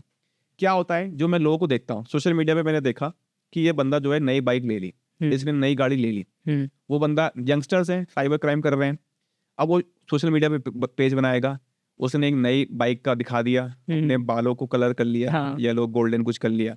अब उसके आसपास के जो लड़के होंगे गांव के, वो ही और शी विल थिंक यार इस लड़के ने क्या कर लिया। इसके बाद बाइक आ गई, सोशल मीडिया पे इसके इतने फॉलोअर हो गए, इसने दरअसल पोस्ट डाल रहा है, रील बना रहा है। वो जो एक हर्ड मेंटालिटी होती है भेड़ चाल की, वो इन्फ्लुएंस करती है। वो जाएगा, बताएगा भाई ये बताओ तूने कैसे किया, ये तूने बाइक कब ली, ये कैसे किया। तो वो बंदा उस चीज को आगे पॉपुलर करता है, हाँ, पॉपुलेट करता है, कहेगा अच्छा ठीक है तुम्हें भी करना है, चलो मैं तुम्हें मास्टर ट्रेनर बन जाता हूँ, तुम्हें सिखाता हूँ। तो ग्रेजुअली क्या होता है कि cyber crime is not an individual centric crime, but it's not a gang oriented crime. Cyber crime is a complete village based crime, कि जहां एक लड़का जब क्राइम कर लेता है तो पूरे गांव को वो साइबर क्राइम सिखाता है। जैसे एक पिक्चर आई थी सुपर 30, सुपर 30 में there is a very good dialogue, जिसमें वो बोलता है बंदा कि जब किसी फैमिली में एक बच्चा पढ़ लेता है, तो वो अपने आने वाली जनरेशंस को एक ग्राउंड दे देता है, प्लेटफॉर्म दे देता है कि जहां से वो ग्रो कर सकते हैं। साइबर क्राइम में क्या है कि एक गांव में जब एक लड़का साइबर क्राइम कर लेता है, तो वो सारे लड़कों को इन्फ्लुएंस करता है, सारे इन द सेंस जनरलाइज बोल रहा हूँ कि मैक्सिमम जो उस टाइप के होंगे, उस माइंडसेट के होंगे, डिस्ट्रक्टिव माइंडसेट के, वो सब इन्फ्लुएंस हो जाते हैं। And then they all of them either make a common gang, कि हम मिल करके बड़ा क्राइम करते हैं, या फिर वो वही वाला कि हम बैंक से कॉल कर रहे हैं, हम केबीसी लॉटरी लगी हाँ। है, आपका जैकपॉट लगा है, पेड़ के नीचे बैठे हुए हैं, आपने वाईफाई हॉटस्पॉट लगा रखा है। जैसे मैं देखा है बिहार में कई बार हम लोग गए, हमारी टीम गई, हमने क्रिमिनल पकड़ा एंड जब हमने क्रिमिनल पूछा कि ये बताओ तुम्हारा इंटरनेट कनेक्शन कहाँ है, तो वो हमें जंगल में ले गया। तो वी वर थिंकिंग यार बंदा ये जंगल में क्यों ले आ रहा है, हाँ। मेरी टीम को पूरी ले गया। तो मैं I was there on phone, तो मैंने बोला भाई ये जंगल में क्यों ले आ रहा है हम लोग को, तो उसने बोला सर पता नहीं। वो जंगल में ले आकर के एक पेड़ के नीचे बैठा दिया उसने। हाँ। कह रहा सर वो देख लो उस पेड़ के नीचे वहां पे पन्नी बनी हुई है, उस पन्नी के अंदर वाईफाई राउटर है। ठीक, मैंने कहा चलो ठीक है। मैंने कहा हैंडसेट्स कहाँ रखते हो? हाँ। कह रहा सर वो हैंडसेट जमीन से खोद रहा है। दिन में क्राइम करो, क्योंकि दिन में नॉर्मली कॉलिंग होती है, हाँ। रात में तो लोग सो जाते हैं। रात में वो लोग वहीं पे जमीन में खेतों में फोन को गाड़ देंगे। अब क्या होगा इस पूरे प्रोसेस में कि आपका वाईफाई राउटर वहां लगा है, जो आपका हैंडसेट है वहां दबा हुआ है। तो दिस इज हाउ, ये जो जिसे हम हिंदी में बोलते हैं कलाकारी, कि इस प्रकार के आप वेज निकाल रहे हो और जहां 2-3 लड़कों ने सिखा दिया वो बाकी लड़के बुश हो जाते हैं। जिसमें से जैसे हमारे साथ जब जो भारत सरकार की जो हेल्पलाइन है विच इज 1930, जहां पे साइबर क्राइम रिपोर्टिंग होती है, तो जिसका हम पैटर्न देखते हैं, पैटर्न क्या होता है, जो विक्टिम आता है, विक्टिम कहता है सर हमारा पैसा बचा क्यों नहीं, ये क्वेश्चन है, हमारा पैसा बचा क्यों नहीं। क्वेश्चन का आंसर ये है, रीजन क्या होता है कि जब आपका फ्रॉड हुआ, जैसे ही I have transferred 10,000 rupees into your bank account, अब देयर आर 2 वेज। पहला चीज क्या होगा, ये पूरा गैंग होगा, तो एक गैंग होगा जल्दी से वो 10,000 रुपए को, या फॉर एग्जाम्पल मान लो 1 लाख रुपए है, 1 लाख रुपए को अलग अलग अकाउंट्स में तोड़ेगा। किसी में 10,000 डाल दिए, किसी में 15,000 डाल दिए, किसी में 5,000 डाल दिए, पुलिस को कंफ्यूज करने के लिए कि वो मनी ट्रेल कहाँ गई। एंड देन वो अलग अलग अकाउंट्स में डालने के बाद एक तो टीम इसी में लगी रहती है उनकी साइबर क्रिमिनल्स की, एक टीम जो है वो एटीएम के बाहर खड़ी है। ओके। कि मुर्गा फंस गया, इस आदमी ने पैसे दे दिए, अब क्या अलग अलग लेयर्स में डालो पैसा और तुरंत एटीएम से विड्रॉल करो। So the moment you report on 1930, वो क्या करेगा, इनिशियल जो लेयर्स होते हैं सारे खातों को फ्रीज करेगा। तो क्रिमिनल्स को पता है, इसीलिए भारत में जो रिपोर्टिंग होती है साइबर क्राइम की, वो सैटरडे और संडे को ज्यादा होती है। ओके। रीजन क्या है कि banks are not normally working. Banks की छुट्टी होती है सेकंड सैटरडे और फोर्थ सैटरडे को, बैंक की छुट्टी होती है संडे को, या उनके बैंक हॉलीडेज हो गई। पुलिस, भारत की पुलिस जो है 7 दिन काम कर रही है। प्रॉब्लम क्या है, एज अ पुलिस मैं रिपोर्ट कर सकता हूँ, उस पैसे को ब्लॉक तो बैंक करेगा ना। अब अगर वो बैंक संडे को काम नहीं कर रहा, उसके no doubt toll free numbers होते हैं। अब जो हमारा 1930 का कंसेप्ट है, वहां पे नोडल ऑफिसर्स बैठे होते हैं, they are working 7 days, but still the reporting and number of calls are more on these days. तो क्रिमिनल्स आर ऑल्सो नहीं, उनको भी पता है 1930 है कि अभी मैं क्राइम करूंगा, ये 1930 पे रिपोर्ट करेगा। बिकॉज अगर आपने मेरे 1 लाख रुपए ले लिए तो मैं बैठा तो रहूंगा नहीं, मैं सबसे पहले बैंक को फोन करूंगा, फिर 1930 मिलाऊंगा। तो इवेंचुअली क्या है, वो बंदा तैयार है कि जैसे ही पैसा आया अलग खाते में डालो, खाते थोड़ा एटीएम विड्रॉल करो। तो this is how it goes. तो अगर मैं साइबर क्राइम की बात करूंगा कि साइबर क्राइम नॉर्मली डोमेस्टिकली कैसे यहाँ पे ग्रो होता है, कैसे सिखाते हैं, तो सबसे पहले क्या होता है, इनकी भी ना ग्रेडिंग होती है।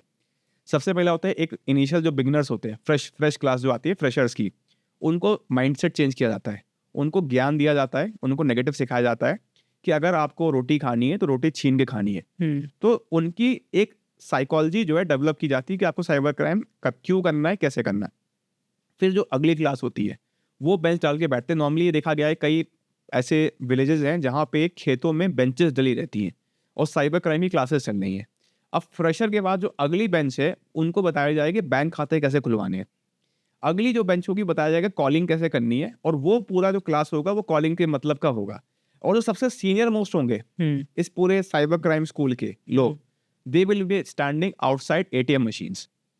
तो ओवरऑल क्या है, वो अलग अलग क्लास वाले बंदे अपना अपना रोल फॉलो कर रहे हैं। और जो सबसे सीनियर मोस्ट होगा, जो गैंग लीडर होगा, वो सारे खड़े होंगे एटीएम के बाहर और खड़ ये पैसा इस डिस्ट्रिक्ट से निकला, ये पैसा इस डिस्ट्रिक्ट से निकला, ये पैसा डिस्ट्रिक्ट से निकला।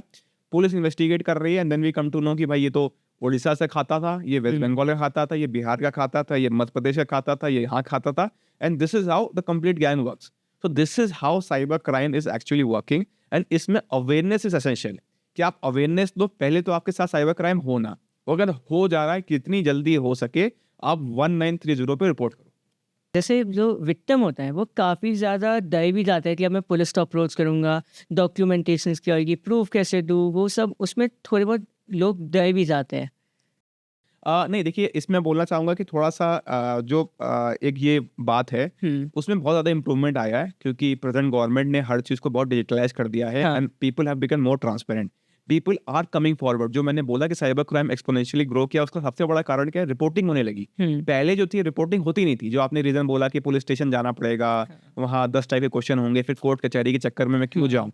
अब यहाँ पे क्या हुआ है कि अब because of the efforts of central government, उन्होंने सारे पोर्टल्स बना दिए हैं। आप घर बैठे आपको एक पोर्टल मिलता है, national cyber crime reporting portal, जिसमें हमारे माननीय प्रधानमंत्री, माननीय गृह मंत्री सर का भी लगातार सुपरविजन रहता है। एंड उसमें क्या है कि आप घर बैठे कोई भी ऑनलाइन साइबर क्राइम हो, फाइनेंशियल नॉन फाइनेंशियल, आप रिपोर्ट करा सकते हैं।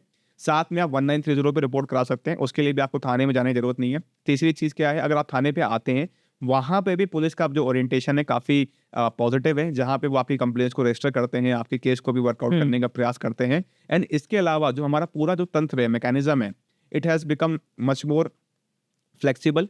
साथ में जो न्यू लॉ आया है भारतीय न्याय संहिता का, उसमें भी ऑनलाइन कंप्लेंट दर्ज कराने का ऑप्शन दिया गया है कि वो अलग बात है कि 3 दिन बाद आपको एक जा करके ऑफलाइन कंप्लेंट भी देनी है, बट अगर तुरंत कोई क्राइम हो जाए तो आप ऑनलाइन भी रजिस्टर करा सकते हो। तो ओवरऑल जो अप्रोचेबिलिटी है पुलिस की तरफ, वो काफ़ी पॉजिटिव हो गई है। और जो पुलिस में भी लोग आ रहे हैं, जैसे सारे जितने लोग आ रहे हैं, जो ऑफिसर्स आ रहे हैं, कोई भी आ रहे हैं, जितने भी यंग ब्लड आ रहा है, they are also very positive कि हाँ भाई मेरे पास तुम आओ, बताओ तुम्हारी प्रॉब्लम क्या है। तो people are trying to help. तो overall things have improved a lot. जैसे जो साइबर क्राइम होता है, ये बेसिकली कौन सी लोगों को टारगेट किया जाता है? या तो जो अवेयर होते हैं, या तो बिल्कुल अनअवेयर, या अनएक्सपेक्टेडली किसी को भी कांटेक्ट कर लेते हैं? इसमें 2 पैटर्न है। पहला पैटर्न देखा जाता है जो मैंने डोमेस्टिक साइबर क्राइम का देखा, दैट इज रिगार्डिंग कि it's a series based call, कि मैं एक सीरीज उठा लूंगा किसी की भी, और लाइन से हम कॉलिंग करते हैं। तो जैसे मैंने बोला कि क्लासेस चलती हैं, क्लासेस में क्या होता है कि जैसे स्टूडेंट्स हैं, उनका काम है कॉलिंग करना है, तो वो सारे नंबर मिलाएगा लाइन से, कि ये एक 101 को मिलाया, फिर 102 को मिलाया, 103 को मिलाया, 104 को मिलाया, कोई ना कोई तो फंसेगा। तो एक तो ये हो गया रैंडम कॉलिंग। दूसरा जो होता है that is more about social engineering, जिसमें दे कल्टिवेट टारगेट्स, जिसमें जो लोग सोशल मीडिया पे बहुत एक्टिव हैं, जिनका फैन फॉलोइंग बहुत है, उनको स्पेसिफिकली टारगेट किया जाता है, क्योंकि उनके जो डिजिटल फुटप्रिंट्स हैं that will be easily available. क्योंकि उनका हो सकता है कुछ ऐसा डिजिटल डेटा हो गया जो ऑलरेडी लीक हो रखा है, प्राइवेसी का ब्रीच हो सकी है, तो उनकी फोटो लगा करके या उनकी कोई पर्सनल डिटेल लगा करके स्कैम किए जाते हैं। और उस पर्टिकुलर व्यक्ति को भी स्कैम किया जाएगा कि सर मैं ये इंश्योरेंस कंपनी से बोल रहा हूँ, आपके पिताजी का नाम, आपके फादर का नाम ये है, एंड आपने यहाँ पढ़ाई करी, तो यू विल बी लाइक हाँ तुम जेन्युइन लग रहे हो, तुम्हें मेरे घर वालों का नाम पता है, तो सर आप अपनी इंश्योरेंस पॉलिसी कंफर्म करा लीजिए। तो आप कहोगे आप बता दो, तो वो बताएगा कि सर आपको ना खुद बताना पड़ेगा, हम रिकॉर्डिंग कर रहे हैं। हाँ। तो आप खुद ही अपनी इंश्योरेंस पॉलिसी से बता रहे हो, वो नोट कर लेगा। फिर कहेगा अच्छा ठीक सर, बताना चाहूंगा कि आपने ये जो इंश्योरेंस पॉलिसी है इसी पर्टिकुलर मोबाइल नंबर से रजिस्टर कराइए। आप उम्र तुक्का लग जाएगा कि हाँ कराइए, आप खुद हो जाओगे हाँ इसे ये भी पता है। तो ऐसे करते करते आइदर वो रैंडम कॉलिंग करेंगे, या फिर किसी एक सोशल इंजीनियरिंग करके किसी व्यक्ति को टारगेट करेंगे, एंड देन वहाँ जो स्कैम होता है वो बड़ा होता है। तो उसमें ultimately they also look into your preferences, कि जैसे हमने इंस्टाग्राम पे, फेसबुक पे, if you are following certain pages, जैसे मैं स्टॉक एक्सचेंज को या ट्रेडिंग को फॉलो करता हूँ, so there they will also understand कि आपका जो माइंडसेट है, you have a slight inclination towards that thing. तो वो आपको उस टाइप के भी ऑफर्स देंगे कि सर मैं स्टॉक एक्सचेंज से बोल रहा हूँ, आपको इंटरेस्ट है, और मैं आपको बताना चाहूँगा मैं फला ऐप से बोल रहा हूँ, एंड आपको इस टाइप से ना ऑफर देना चाह रहा हूँ। तो gradually they play with the psychology of the victim, and अगर आपने अवेयरनेस नहीं ली, then there is a high chance कि आप प्रेजेंस ऑफ माइंड लूज कर देंगे, एंड देन आपके साथ कोई स्कैम हो सकता है। ये जो आपने सेकंड वाला बताया, ये सेम मेरे साथ भी हो चुका है। हाँ बीइंग एन इन्फ्लुएंसर, मेरे पास एक आया था, कास्टिंग कंपनी था, मुंबई बेस्ड। अब पेजेस पे सब फॉलोअर्स एंड बहुत अच्छे थे, ट्रस्ट हो गया। व्हाट्सएप पे मैसेज आते थे ऐसे से मान्यवर्तर सूट है, सो उन्होंने कहा कि एग्रीमेंट होता है, उन्होंने साफ एक पेज में लिख रखा एड्स रन कर रहे हैं, पुणे, बैंगलोर, दिल्ली, देहरादून, यहाँ सूट होना है। अब उन्हें कांटेक्ट हम करेंगे, क्योंकि मान्यवर इज अ बिग ब्रांड, और उन्होंने हमारे में ट्रस्ट डेवलप कर दिया कि हम ऑथेंटिक है, क्योंकि he is sending voice notes कि आप ना अभी 3,000 रुपए भेज दो, आपको एग्रीमेंट आएगा, आप उसे साइन कर दोगे, तब आपका सूट होएगा। अब मैं उस टाइम पे मेरी इन्फ्लुएंसिंग जर्नी स्टार्ट हुई थी, तो मुझे इतना आइडिया नहीं था इन स्कैम्स के बारे में। फिर लेटर ऑन मैंने अपनी दीदी को कॉल किया, दीदी तो बोला दीदी ऐसे में कोई मांग रहा है। दीदी ने बोला कोई ब्रांड कभी पैसे नहीं मांगता, वो तुम्हें खुद अप्रोच करेगा और तुम्हारे साथ फ्री में करेगा। सो बट मैं तब भी नहीं, दीदी बिल्कुल सही है, अब वो ट्रस्ट वहाँ पे मेरा डेवलप हो गया था। Correct correct. तो मैंने उससे पूछा कि मैं आपको 50% पेमेंट भेज दूँ, हाँ 1500। अब उसने अपना QR भेजा, मैंने उसका QR स्कैन किया। इनफैक्ट मुझे उसने एक पॉपअप भी दिखाया कि ये स्कैम अकाउंट है, बी अवेयर बिफोर सेंडिंग। वैसे दिखाता नहीं है जनरली, तो गूगल पे ने मुझे दिखाया भी, बट मैंने इग्नोर किया कि ऐसे ही होएगा। हाँ देन उसके बाद उसने बोला मैं आपको आधे घंटे में एग्रीमेंट भेज रहा हूँ, एंड इट नेवर केम रात तक। और उसने फिर एक लंबा चौड़ा मैसेज भेजा कि हम ओरिजिनल है, हम आपके साथ क्यों ट्रस्ट ब्रेक करेंगे। एंड फिर वो मेरा स्क्रीनशॉट पैसों का किसी और को भेजा कि देखो इस इन्फ्लुएंसर ने भी किया है। Then that person contacted me on Instagram, मैंने वो स्कैम है, और फिर उसके बाद उसने ब्लॉक कर दिया। ये आपने ये ना, जैसे आपने सवाल जो आपने ये बात बोला बहुत अच्छा बोला। जैसे मैं चाइनीज स्कैम्स की बात कर रहा हूँ, वहाँ पे जो सबसे बड़ा इशू आता है कि लोग इन्फ्लुएंस कैसे होते हैं कि why should I invest in stock exchange. वहाँ पे हमने एमओ देखा है, मॉडल्स ऑपरेंडी, कि जैसे उसने बोला कि आपको ना गूगल पे जाना है and you have to review something, and उस रिव्यू के मैं आपको 50 रुपीज 100 रुपीज दूंगा। हाँ आई डू दैट रिव्यू, वो आपसे मांगेगा स्क्रीनशॉट, मैंने स्क्रीनशॉट भेज दिया।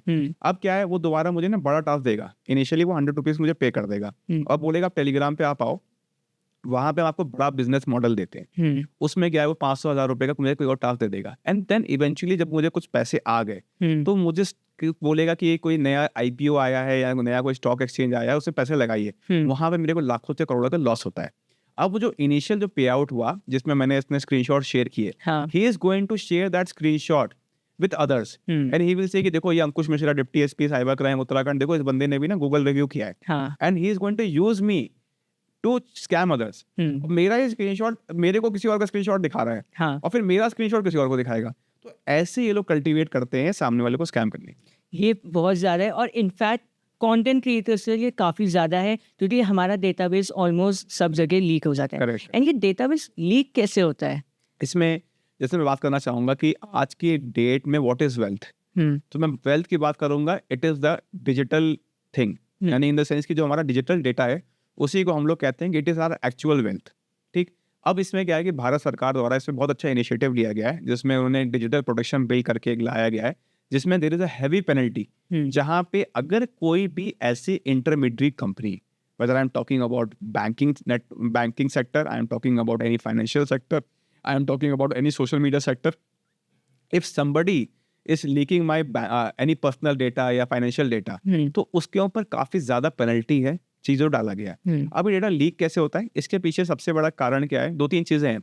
सबसे पहली चीज क्या होती है कि हम कई बार ऐसी परमिशंस दे देते हैं स्पेशली टू आवर एप्लीकेशंस, जो हम मोबाइल में ऐप डाउनलोड करते हैं। One question that often comes to me कि सर ये बताओ आप कि मैं अपने फ्रेंड के साथ गोवा घूमने जा रहा था एंड 2 मिनट बाद मुझे फोन में गोवा के एडवर्टीजमेंट दिखने लग गए, राइट, मुझे नया शूज लेना है एंड 2 मिनट बाद I tell my wife, I tell my any person कि मुझे शूज लेना है एंड 2 मिनट बाद I am seeing advertisements of Reebok, Nike, Adidas. ये कैसे हुआ? क्या है, हम अपनी गोपनीयता जो हमारी प्राइवेसी है, जब हम एप्लीकेशंस में परमिशन दे रहे हैं तो we give permissions of what, हमारी लोकेशन, हमारी वॉइस एक्सेस, हमारा मीडिया गैलरी, हमारे कॉन्टैक्ट एक्सेस। कई बार ऐसी एप्लीकेशंस होती हैं जहां पे it becomes mandatory to share those permissions. जैसे आपका ओला उबर हो गया, अगर ओला उबर को आपने लोकेशन नहीं दी तो कैब वाला आपको ढूंढ नहीं पाएगा। राइट, सिमिलरली जोमेटो, स्विगी हो गया, मिंत्रा, फ्लिपकार्ट हो गया, अगर आपने अपना एड्रेस या लोकेशन नहीं शेयर किया तो वो आपको ढूंढ नहीं पाएगा। But there are many applications which are asking for your voice permission. The question should arise that when we are installing such apps, can we deny those permissions? जो कि नॉर्मली हम नहीं करते क्योंकि हम बहुत जल्दी में रहते हैं। जब भी हम एप्लीकेशन डाउनलोड करते हैं, it asks us, it gives a prompt. This app wants this permission. We say yes, yes, yes. जितनी जल्दी हो सके एप्लीकेशन डाउनलोड हो जाए because we don't have that much of time. अगला गलती क्या होती है कि जब हमने वो एप्लीकेशन डाउनलोड कर ली, आई एम प्रिटी श्योर जितने भी लोग यहाँ आपका पॉडकास्ट देख रहे हैं, everybody has at least one application in their phone which they are not using. तो आपने रखा क्यों इस ऐप को? अननेसेसरी कि हम ऐप्स को रख लेते हैं अपने फोन में जिनको हम यूज नहीं कर रहे, एंड उनको हम अनइंस्टॉल करना भूल जाते हैं। तो जो मैं आपसे बातें कर रहा हूँ, पहला तो मेरा डेटा यहाँ से लीक हो रहा है कि मैंने फॉर एग्जांपल किसी को अपना बैंक डिटेल बताया, मैंने आपको बैंक डिटेल बताया कि मेरा IFSC कोड ये है, मेरा बैंक अकाउंट ये है, तो मेरा फोन मुझे सुन सकता है। ठीक, मैंने अपने फादर का नाम बताया, मैंने अपना एड्रेस बताया, मैंने अपना प्रोफेशन बताया, तो मेरी जो ऑलरेडी प्रोफाइलिंग है वो मेरा फ़ोन कर रहा है। That is again a role of AI कि यहाँ पे मशीन लर्निंग कैसे उस चीज़ को अपडेट कर रहा है या इंक्रीज़ कर रहा है। सेकंड कंसेप्ट आता है डेटा लीक का, वो आता है कि जब हम डेटा शेयर करते हैं मतलब विलिंगली, जिसमें हमने व्हाट्सएप पे या ईमेल पे या किसी को भी सोशल मीडिया पे कहीं पे भी दे दिया। एट टाइम्स कई बार हम जब डेटा शेयर करते हैं किसी भी प्लेटफॉर्म से, वो डेटा कई बार उन कंपनीज का लीक होता है एंड वहाँ से क्या है कि हमारी प्राइवेसी कई बार चली जाती है। तो it could be any company, it could be any platform. अगर कल को उसके ऊपर कोई साइबर सिक्योरिटी अटैक होता है, now I am talking about cyber security, तो जब साइबर सिक्योरिटी अटैक होता है तो वहाँ पर सबसे पहले डेटा लीक पे बात आती है, तो वहाँ से भी मेरा डेटा जाता है। तीसरा सबसे बड़ा इशू है डेटा लीक का, वो आता है कि जब हम बैंक्स में जाते हैं या कहीं पे भी जाते हैं और हम अपनी फोटो कॉपी देते हैं, हाँ। जैसे मैं होटल में जाता हूँ तो मुझसे मांगा जाता है कि आप आधार कार्ड की एक कॉपी दे दो। हैव यू एवर थॉट कि वो जो आधार कार्ड का जो जेरोक्स है वो कहाँ गया? वो कूड़े में जाता है। सिमिलरली हम जो बैंक में जाते हैं, हम पैन अकाउंट की एक फोटो कॉपी देते हैं। हैव यू एवर थॉट कि उसमें पर डे कितने लोग आते होंगे, कितने लोग पैन कार्ड देते होंगे? वो कूड़े में जाता है। क्रिमिनल्स इन डॉक्यूमेंट्स को कई बार वहां से फेच करके मिसयूज कर लेते हैं। That is why now, because government ने काफी इसमें अच्छा एफर्ट लगाया है, काफी मेहनत करी है सेंट्रल गवर्नमेंट में। Now everything is being made biometric, जिससे कि जो मेरी फिजिकल कॉपी की जो नीड है वो मिनिमाइज हो सके। इसीलिए जो हमारा डेटा लीक इन माध्यम से, इन मीडियम से हो रहा है, उनमें काफी गिरावट आई है। बट आज भी जो एआई बेस जो डेटा लीक हो रहा है, जहां पे मैं अपने फोन्स को परमिशंस दे रहा हूँ, विलिंगली मैं किसी को ऑनलाइन डेटा ट्रांसफर कर रहा हूँ, वहां पे भी need to be a bit more careful, otherwise कहीं ना कहीं हम इस डेटा लीकेज का शिकार हो सकते हैं। जैसे कॉल्स भी आते हैं कि आपके पास एसबीआई का क्रेडिट कार्ड, आपके पास एक्सिस बैंक, तो उन्हें कैसे पता चलता है कि आपके पास ये क्रेडिट कार्ड इसमें है? एक कंसेप्ट है डार्क नेट का, जिसमें हम डार्क नेट की बात करते हैं कि अगर इसको हम सिंपल भाषा में समझें, एक आपको मैं एग्जांपल दूंगा कि व्हाट इज डार्क नेट। तो सबसे पहली चीज की हम बात करते हैं कि आपने टाइटैनिक मूवी देखी, जो मूवी आई थी, जो unfortunately there was a Titanic ship जो 1914 में जो सिंक हो गया अनफॉर्चुनेटली। एंड जो टाइटैनिक शिप थी उसमें क्या हुआ था, आइसबर्ग से हिट हुआ था। सो बेसिकली आइस, जो फिजिक्स के स्टूडेंट्स होंगे दे विल अंडरस्टैंड बेटर कि आइसबर्ग होता है, उसका 1/10 जो पार्ट होता है वो फ्लोट अबव पानी होता है। 9/10 जो पार्ट होता है दैट इज बिलो वाटर, या उस पानी के उस पे होता है। हाँ। तो बेसिकली ये गलती हुई जब वो एक्चुअल ट्रेजेडी हुई थी, और जो मूवी में भी दिखाया गया, उसने जो वहां पे गार्ड्स थे उन्होंने उस आइसबर्ग को बहुत लेट देखा। सो व्हेन दे रियलाइज, उन्होंने सायरन बजाया एंड दे सेड कि इस शिप को टर्न करो। प्रॉब्लम क्या थी, वो जब दिख भी गया iceberg, the ship was not able to turn completely. Reason क्या है, वो 1/10 तो दिख रहा है, हाँ। पर जो 9/10 है उसमें शिप ऑलरेडी स्टक हो चुकी है। तो उसका जो रोटेशन होगा वो मुश्किल हो जाएगा, बिकॉज उसको उतनी आइस काटनी पड़ेगी। That is why the ship was not able to turn properly. ठीक, यही कंसेप्ट होता है जिसमें हम बात करते हैं that what is visible above water. वो आपको आइसबर्ग दिख गया, इनिशियल जो लेयर हो गई उसको हम कहते हैं सरफेस वाटर, और जो अंदर का जो पानी होता है, ओशन, जो एकदम अंधेरा होता है जहां सनलाइट नहीं आती, that is called dark ocean. The same concept goes for internet. whatever that you can see through your own eyes, that is called surface web, जिसमें हम गूगल सर्च की बात करते हैं, हम बात करते हैं याहू सर्च की बात करते हैं, हम कई वेबसाइट को विजिट कर रहे हैं, that is what is visual. जो उसका अगला कंसेप्ट आता है जिसमें हम बात कर रहे थे सरफेस वाटर की, यहाँ कंसेप्ट आता है डीप वेब। डीप वेब कहता है कि जो भी चीज जो इंक्रिप्शन के पीछे है, जिसमें हम बात करते हैं आपको यूजर आईडी चाहिए, आपको पासवर्ड चाहिए, तो अगर आपको बैंक का डेटा एक्सेस करना है तो you need to go to their banking website, आपको एक लॉगिन आईडी पासवर्ड मिलेगा, आप वो डालोगे तो आप उस लेयर के अंदर जा पाओगे। आपको फेसबुक चलाना है, इंस्टाग्राम चलाना है, तो आप यूजर आईडी पासवर्ड डालोगे तो आप उस लेयर को बाईपास करोगे। सो दैट इज व्हाट, उस केस में टाइटैनिक के केस में क्या था, सरफेस वाटर, इस केस में क्या है, डीप वेब। अब एक क्राइटेरिया है, एक जगह रहेगी जो वहां पे डार्क ओशन था, अंधेरा वाला, जहां सनलाइट भी नहीं आ सकती, that is approximately 97 to 98% of ocean, जो नॉर्मली जहां पे अंडर वाटर होता है, जहां पे नॉर्मली सनलाइट भी इतना गहरा होता है ocean, that is equivalent dark web, जहां पे 97 to 98% हमारा इंटरनेट स्पेस होता है। उस चीज को पेनिट्रेट करने के लिए भी देयर आर डिफरेंट ब्राउजर्स, जिसके माध्यम से, जैसे मैं ब्राउजर्स को तो नहीं शेयर करूंगा ज्यादा उन सब चीजों को, बट उन ब्राउजर्स के माध्यम से we enter that space. So कहने का मतलब है, if you are using Google Chrome या मोज़िला फायरफॉक्स, आप उस स्पेस में नहीं जा सकते, बट उसके लिए dedicated is a technology. I will not get into those things कि कैसे घुसते हैं, बट इवेंचुअली वो जो एरिया होता है, तो अमूमन जो हमारा डेटा लीक होता है, ये वो ऐसे प्लेटफॉर्म्स पे, डार्क वेब पे, कई बार लोग इस टाइप से ड्रग्स बेच रहे हैं, आर्म्स बेच रहे हैं, डेटा लीक बेच रहे हैं, क्रेडिट कार्ड डेटा बेच रहे हैं, तो इवेंचुअली लोगों का फ़ोन आएगा कि सर मेरे साथ क्रेडिट कार्ड फ्रॉड हो गया। मैंने पूछा कैसे हुआ? कह रहा है सर कुरियर से फ़ोन आया था कि आपका एक कुरियर आ रखा है। I accepted that particular courier. उसमें मेरा नाम वाम था, मैंने कुरियर ले लिया। हाँ। एंड वो जो पर्टिकुलर क्रेडिट कार्ड है वो पर्टिकुलर बैंक से मेरे नाम पे इशू हो रखा है। एंड बाद में bank is sending me a message कि इस क्रेडिट कार्ड से 50,000 की या 1 लाख रुपए की पेमेंट हो गई। वो डेटा कहाँ से मिला? वो जो क्रेडिट कार्ड बनाया गया वो डार्क नेट से फेच किया गया और डमी क्रेडिट कार्ड बना दिया गया। अब जो आप पे चपत लग गई, इन द सेंस आपका लॉस हो गया, now you are bound to pay that money to bank along with the penalty या जो इंटरेस्ट है। तो जो डेटा लीक होता है उसमें कई बार हमारे बैंकिंग डेटा भी जो होता है वो डार्क नेट पे लोग सेल करते हैं। एंड इसी में साइबर सिक्योरिटी का कंसेप्ट आता है जिसमें हम बात करते हैं रैंसमवेयर्स की। Ransomware attack. रैंसमवेयर जो कंसेप्ट होता है इसमें there are 2-3 concepts to it. पहले जब रैंसमवेयर अटैक, अच्छा रैंसमवेयर होता क्या है पहले आपके व्यूअर्स को बताना व्हाट इज द रैंसमवेयर। तो बेसिकली रैंसमवेयर क्या होता है कि मैंने कोई unknown, there was a mail, उसने मुझे टेम्प्ट किया, मैंने उस मेल पे क्लिक किया, देयर वाज एन अटैचमेंट और उस अटैचमेंट को डाउनलोड कर लिया। जैसे ही मैंने उस अटैचमेंट को डाउनलोड किया there will be some EXE file, मैंने EXE फाइल पे क्लिक किया एंड वो रैंसमवेयर एग्जीक्यूट हो गया। उसने कुछ 10 मिनट के अंदर मेरी पूरे का पूरा जो सिस्टम है इनक्रिप्ट कर दिया। पहले 90s में और अर्ली 2000 में जब रैंसमवेयर होता था वो पूरे आपके सिस्टम को करप्ट करता था, पूरे का पूरा सिस्टम आपका इनक्रिप्ट हो गया। 2010 ऑनवर्ड्स रैंसमवेयर की एक नया वेरिएंट आया, उसमें अलग अलग फैमिलीज होती हैं। तो उन्होंने क्या बोला, जैसे आपने बहुत सारे रैंसमवेयर सुने होंगे, WannaCry, मकोप रैंसमवेयर, जिगसॉ रैंसमवेयर, बहुत सारे रैंसमवेयर हैं, फैमिलीज होती है। दूसरी की कैटेगरी ने क्या किया, rather than encrypting the whole system I am going to encrypt your specific files and folders, जिससे कि एटलीस्ट जो यूजर, जो मेरा विक्टिम है, उसको सहूलियत हो कि एटलीस्ट वो अपना सिस्टम चला तो सके, तभी तो रैंसम पे करेगा। तो इस वेरिएंट ने क्या किया कि मैं आपको जितने भी इंपॉर्टेंट फाइल फोल्डर हैं उनको लॉक कर दूंगा and there will be a readme file या नोटपैड होगा, उस पर लिखा होगा उसका हैकर का मेल आईडी और वो बिटकॉइन में या क्रिप्टो करेंसी में आपसे रैंसम मांगेगा। अब ये 2 कंसेप्ट हो गया। अब इसका आ गया तीसरा वेरिएंट। तीसरा वेरिएंट जो होता है वो आपको 2 साइड से अटैक करता है। एक तरफ तो आपसे रैंसम मांग रहा है, दूसरी साइड क्या करता है, वो आपके डेटा को उठाता है और वो डार्क नेट पे सेल करेगा। अब क्या हुआ, उसने आपसे क्रिप्टो करेंसी में रैंसम लिया and also he is selling the same data on dark net.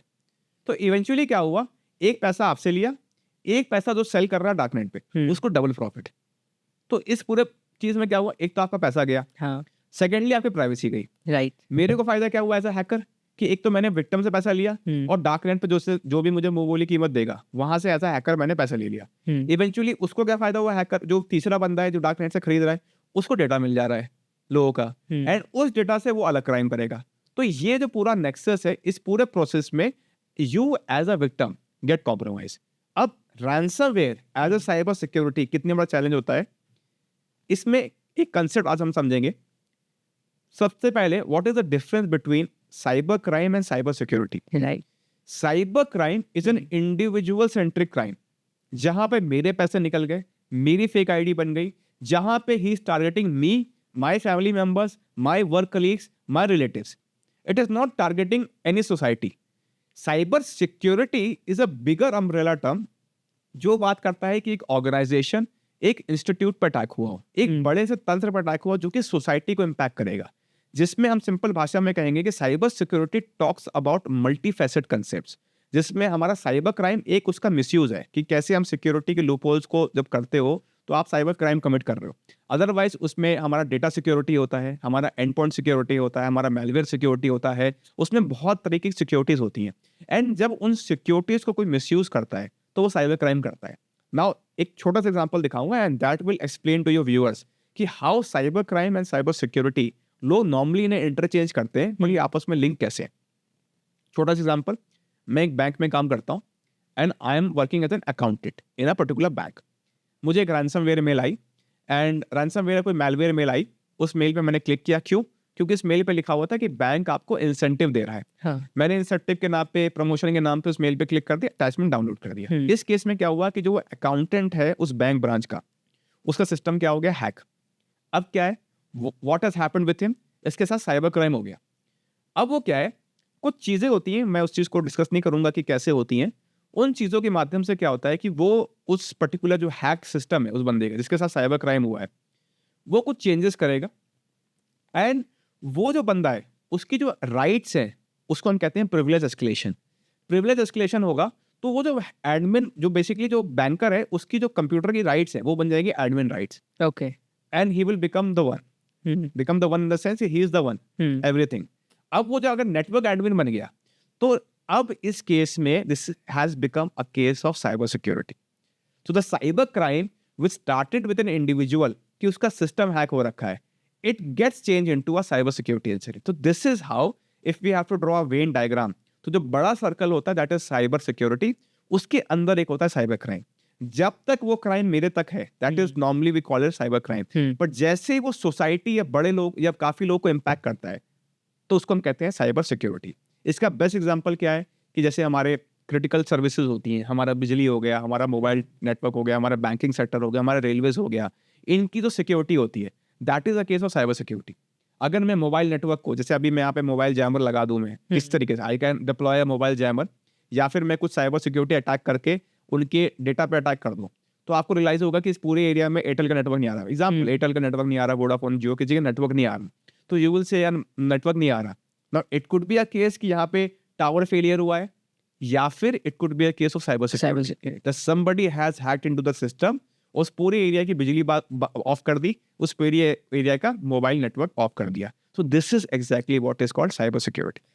तो लोग और बिजनेसेस अपने तो कैसे बचा सकते हैं साइबर सिक्योरिटी में? इसमें सबसे पहले दो तीन चीजें हैं। जैसे यंगस्टर्स के लिए क्या है कि बहुत ज्यादा जॉब अपॉर्चुनिटीज हैं, हाँ। Because if you talk about not only about government sector, private sector में now everybody is aware, everybody is sensitize कि एक तो सबसे पहले डेटा बचाना है। दूसरी चीज जो मेरा नेटवर्क इंफ्रास्ट्रक्चर है, जिसमें basically I am talking about cyber security, because data security, network security, everything is part of cyber security. ये अवेयरनेस सबको हो गई है, तो all companies, whether big companies, small companies, media companies are recruiting cyber experts, cyber security specialists. साथ में government sector में इसमें रिक्रूटमेंट कर रहा है। तो सबसे पहली चीज क्या है कि बहुत अच्छी जॉब अपॉर्चुनिटीज हैं, और किसी भी व्यक्ति को, किसी भी कंपनी को अगर अपना डेटा बचाना है तो उसमें उनको पॉलिसी मेकिंग करनी पड़ेगी। पॉलिसी मेकिंग के लिए, जैसे मैंने बोला, recruitment, you need such youngsters कि जो आपको प्रेजेंट प्रॉब्लम बता सकें। No doubt AI is going to help you, chat GPT आपको हेल्प करेगा, परप्लेक्सिटी आपको हेल्प करेगा पॉलिसी मेकिंग में, बट वो जो एक्सपर्ट होगा, जिसकी जो भी एजुकेशन क्वालिफिकेशन है, सर्टिफिकेशन है, वो आपको हेल्प करेगा, उसका वर्क एक्सपीरियंस जो भी है।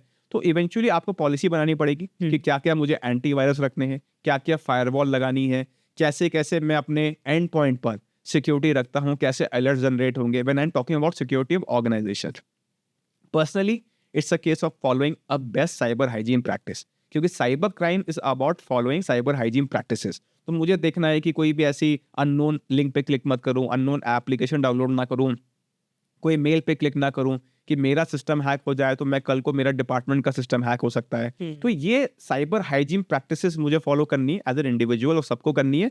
और ऑर्गेनाइजेशंस को क्या है कि you will have to get into it, क्योंकि it's a proper domain, and आज की डेट में एवरीथिंग इज डिजिटल।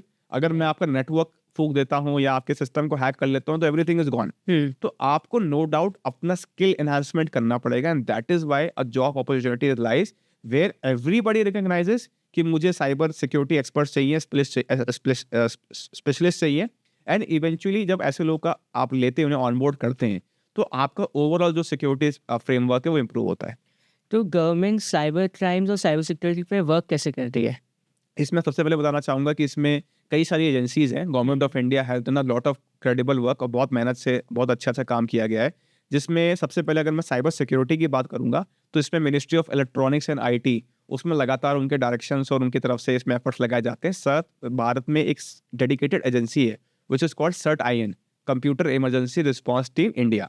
तो CERT-IN है, वो बेसिकली साइबर सिक्योरिटी लगातार अलर्ट जनरेट करती है कि इस प्रकार का अटैक है, इस प्रकार का मैलवेयर आया है। जैसे फॉर एग्जांपल अभी कुछ दिन पहले की बात करूंगा कि माइक्रोसॉफ्ट पे अटैक हुआ था, हाँ। जहाँ पे स्क्रीन ब्लू हो गई थी एयरपोर्ट्स पे, कई जगहों पे। तो ऐसे अलर्ट जनरेट करना कि आपकी ऑर्गेनाइजेशन बच सके, तो उनकी खुद की वेबसाइट्स है, साथ में उनका एक डेडिकेटेड वेबसाइट है, पोर्टल है, विच इज कॉल्ड साइबर स्वच्छता केंद्र, CSK करके होता है। वहाँ पे आपको फ्री टूल्स भी मिल जाएंगे, फ्री एंटीवायरस मिल जाएंगे, वो आप डाउनलोड कर सकते हैं।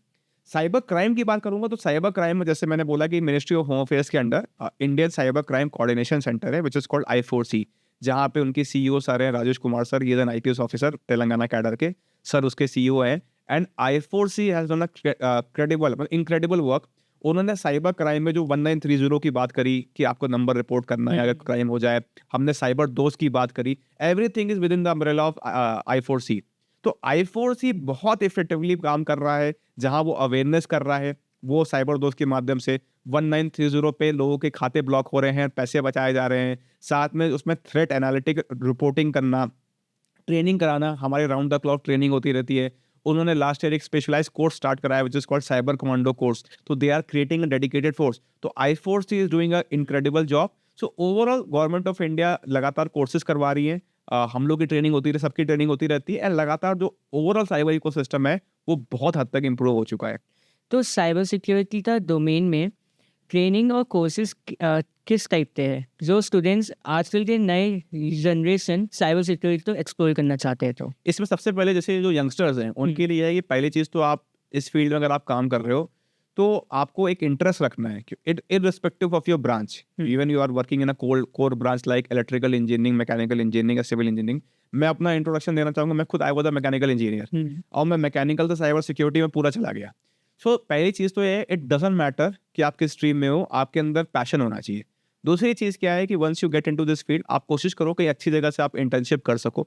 अगर आप गवर्नमेंट जैसे आप कराना चाहो तो उनके साथ भी आप इंटर्नशिप कर सकते हो, गवर्नमेंट एजेंसीज हो गई, पुलिस हो गए, उनके साथ इंटर्नशिप कर सकते हो। तीसरी चीज़ क्या है, try to go for apart from degree, try to go for certification courses. क्योंकि फॉरेन कंट्री में जो हमने ट्रेंड देखा है कि they are not into colleges, they don't prefer कि आप किस कॉलेज से आए हो, आप IIT NIT कहाँ से आए हो, doesn't matter to them. What matters to them is your skills and your troubleshooting ability. You are a excellent, you are a genius coder. It makes no difference to me अगर मैंने आपको एक laptop दे दिया और laptop में मेरे साथ problem आ रखी है, you are not able to solve it, तो वो डिपेंड करता है कि आपका जो प्लेसमेंट हो रहा है कि आपको कोडिंग के लिए रखा जा रहा है या ट्रबल शूटिंग के लिए। तो अगर मैं स्पेसिफिकली बात करूंगा कि आज भी लोग जो कंप्यूटर साइंस में काम करते हैं उनको कोडिंग सिखाई जाती है, पाइथन, जावा, नो डाउट आप सीखो क्योंकि उसका भी प्लेसमेंट होता है एंड बड़ी बड़ी कंपनीज आपको as a coder replace as a recruit करती है। Cyber security is more about troubleshooting. तो उसमें क्या है, जैसे मैंने बोला कि आप उस फील्ड में पैशन के साथ काम करो, आप सर्टिफिकेशन कोर्सेज करिए and then try to gain some internship experience and then eventually you will end up in some good company and वहाँ से यू विल ग्रो। तो जो सर्टिफिकेशन कोर्सेज मैं बोल रहा हूँ बहुत एसेंशियल है क्योंकि वो आपको प्रैक्टिकल, क्योंकि मैंने कई जैसे मैं भी सर्टिफिकेशन कोर्सेज करता रहता हूँ एंड वो क्या है कि उनके एग्जाम्स होते रहते हैं, you have to clear and they are internationally renowned. तो वो सर्टिफिकेशन कोर्सेज में क्या है कि अगर आपने वो क्लियर कर दिया तो वो बेसिकली उसमें कई सारे प्रैक्टिकल बेस भी होते हैं। तो वो दिखाता है कि आपको ये काली लिनक्स चलाना आता है, लिनक्स चलाना आता है, उबुंटू चलाना आता है, वहाँ पे कोई इशू आता है आप जाओ। And again chat GPT is there, मुझे कोडिंग नहीं आती तो मैं चैट जीपीटी से पूछता हूँ मुझे प्रॉम्प्ट दे दो, वो प्रॉम्प्ट दे देता है, मैं काली लिनक्स पे चिपका दिया, मेरा सोल्यूशन आ गया। So this is how you have to explore yourself. बहुत ज़्यादा स्कोप है साइबर सिक्योरिटी में where you can grow and make a great future. Certification कौन से नेम करोगे जो हर किसी को करने चाहिए? मैं तो being a government officer, public officer, मैं तो गवर्नमेंट सर्टिफिकेशन से कहूँगा कि भारत में आप एक्सप्लोर कर सकते हैं। हमारे बहुत सारी एजेंसीज हैं जो आपको सर्टिफिकेशन कराती है क्योंकि eight the end of the day अगर आप गवर्नमेंट के सर्टिफिकेट्स भी करते हैं तो उनका भी काफ़ी वैल्यू होती है कि आपने गवर्नमेंट रिकॉग्नाइज एक सर्टिफिकेट को वो किया है, तो आप उनको एक्सप्लोर करें, उसे करें। साथ में इसके अलावा एक पर्सनल ओपिनियन जैसे मैं कर रहा हूँ, जैसे मैं व्यक्तिगत अभी सर्टिफाइड एथिकल हैकर मैं कर रहा हूँ from the learning point of view और एक सिक्योरिटी पॉइंट ऑफ व्यू से, तो वो मुझे अच्छा लगता है। एक और अच्छा सर्टिफिकेशन कोर्सेज जो मेरा है कि CHFI करके है, वो भी इसी काउंसिल का है, तो वो भी मैं कोशिश कर रहा हूँ कि उस जब ये हो जाएगा तो उसको मैं ट्राई करूँगा। ऐसे बहुत सारे सर्टिफिकेशन कोर्सेज हैं, ऑफसेक सिक्योरिटी है, आपका CISSP है। तो ऐसा नहीं है कि there top 3 top 4, it depends कि आपका वो क्या है, आपका एक टेस्ट क्या है, टेस्ट इन द सेंस कि आपका इंटरेस्ट क्या है। ओके। एंड सबसे इंपॉर्टेंट चीज़ क्या है कि अगर आप सर्टिफिकेशन कोर्सेज कर रहे हैं तो उसको आप पूरा करो। ये नहीं कि आधा किया उसके बाद फिर वो स्पिरिट डाउन हो गई तो आप अपना फिर पैसा लॉस करोगे। जिस चीज़ में आपको इंटरेस्ट है, एंड उसमें भी बेसिकली कंसेप्ट जो होते हैं वो हैकिंग के होते हैं, तो उसमें क्या होता है कि आप हैकिंग में किस लेवल का आप वो कर रहे हो, मतलब सेंस की कितनी स्किल डेवलप करना चाह रहे हो, तो दैट वो सारी चीज़ें एक प्रैक्टिकल बेस सारा अप्रोच होता है। जैसे इंडियन और फॉरेन के बीच में साइबर सिक्योरिटी में कितना डिफरेंस है? अगर मैं साइबर सिक्योरिटी पॉलिसी मेकिंग में बात करूंगा या कंसेप्ट की बात करूंगा, आई थिंक इंडिया जो है ऑलमोस्ट बराबर या बहुत ज़्यादा सुपीरियर है कंपेयर टू अदर कंट्रीज। कैसे? रीज़न क्या है कि एक सबसे इंपॉर्टेंट चीज़ है हमारे यहाँ ब्रेन। अगर आपने ऑब्जर्व किया होगा कि हमारे यंगस्टर्स जो हैं उनको जॉब लगती है आपके US कनाडा में, they are going abroad and अगर आज की डेट में देखोगे many of this people who are passing out from IIT और फ्रॉम रेप्यूटेड कॉलेजेस, उनको अच्छे पैकेजेस दिए जा रहे हैं। तो हमारे यहाँ जो ब्रेन है, जैसे इजराइल में भी कहा जाता है कि जो जूइश ब्रेन है दे आर वेरी स्मार्ट और उनको काफ़ी अच्छा वो रहता है।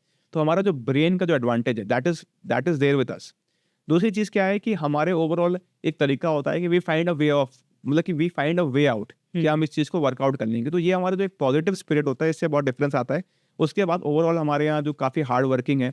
अब आते हैं पॉलिसी मेकिंग में। It's a very populated country हमारी, तो हमारे यहाँ जो पॉलिसी है वो उस पर काफ़ी काम हुआ है, जिस पे ओवरऑल हमारे साइबर सिक्योरिटी के ऊपर काफ़ी अच्छा काम हुआ है। दूसरी चीज़, हमारा जो रिपोर्टिंग मैकेनिज्म बहुत अच्छा है। ब्रेन हमारे पास है तो टेक्नोलॉजी हम डेवलप करते हैं। तो ओवरऑल साइबर सिक्योरिटी की चीज़ें से you can not compare in the sense कि क्योंकि हमारी जो डेंसिटी ऑफ पॉपुलेशन है वो काफ़ी ज़्यादा है, बट कंपेयर टू दैट हमारा जो ओवरऑल परफॉर्मेंस है साइबर का जो इकोसिस्टम है बहुत अच्छा है। एंड वी आर आइडेंटिफाइंग ऐसे एरियाज जहाँ पे हम इम्प्रूव कर सकते हैं। So overall what I see कि टेक्नोलॉजी वाइज भी also we are matching them, and हमारा जो ओवरऑल इंटेलेक्चुअल कैपेबिलिटी है उसमें भी हम मैच करते हैं। तो overall I think we are on par with any country, या मे बी मोर एडवांस है उनसे। सर इन साइबर सिक्योरिटी क्या हो सकता है और इसमें रिपोर्टिंग कैसे हो सकती है? इसमें अगर फ्यूचर की बात करेंगे from the perspective of students वाले बताना चाहूँगा तो बहुत अच्छा फ्यूचर है, जिसमें आपके जो मैं बात कर रहा था कि आप डिग्री के साथ साथ सर्टिफिकेशन कोर्सेज करिए, क्योंकि they are internationally renowned degrees या सर्टिफिकेशंस। तो उसमें आज की डेट में एवरी ऑर्गेनाइजेशन, प्राइवेट की बात करूँ, गवर्नमेंट ऑर्गेनाइजेशन की बात करूँ, एवरीबॉडी वांट्स साइबर एक्सपर्ट्स। दूसरी चीज़ क्या है कि अगर मैं नॉन स्टूडेंट्स या सिविलियंस की बात करूँ, तो वहाँ पे क्या है कि हमारा जो एआई का यूजेस हो रहा है ये आने वाले टाइम में बढ़ता जाएगा, जिसमें अभी हम बात कर रहे थे एलएलएम मॉडल्स की बात कर रहे थे, चैट जीपीटी, परप्लेक्सिटी, काफ़ी सारे टूल्स हैं। तो ओवरऑल जैसे मैं कई बार बात करता हूँ, the people, AI is not going to take away your job.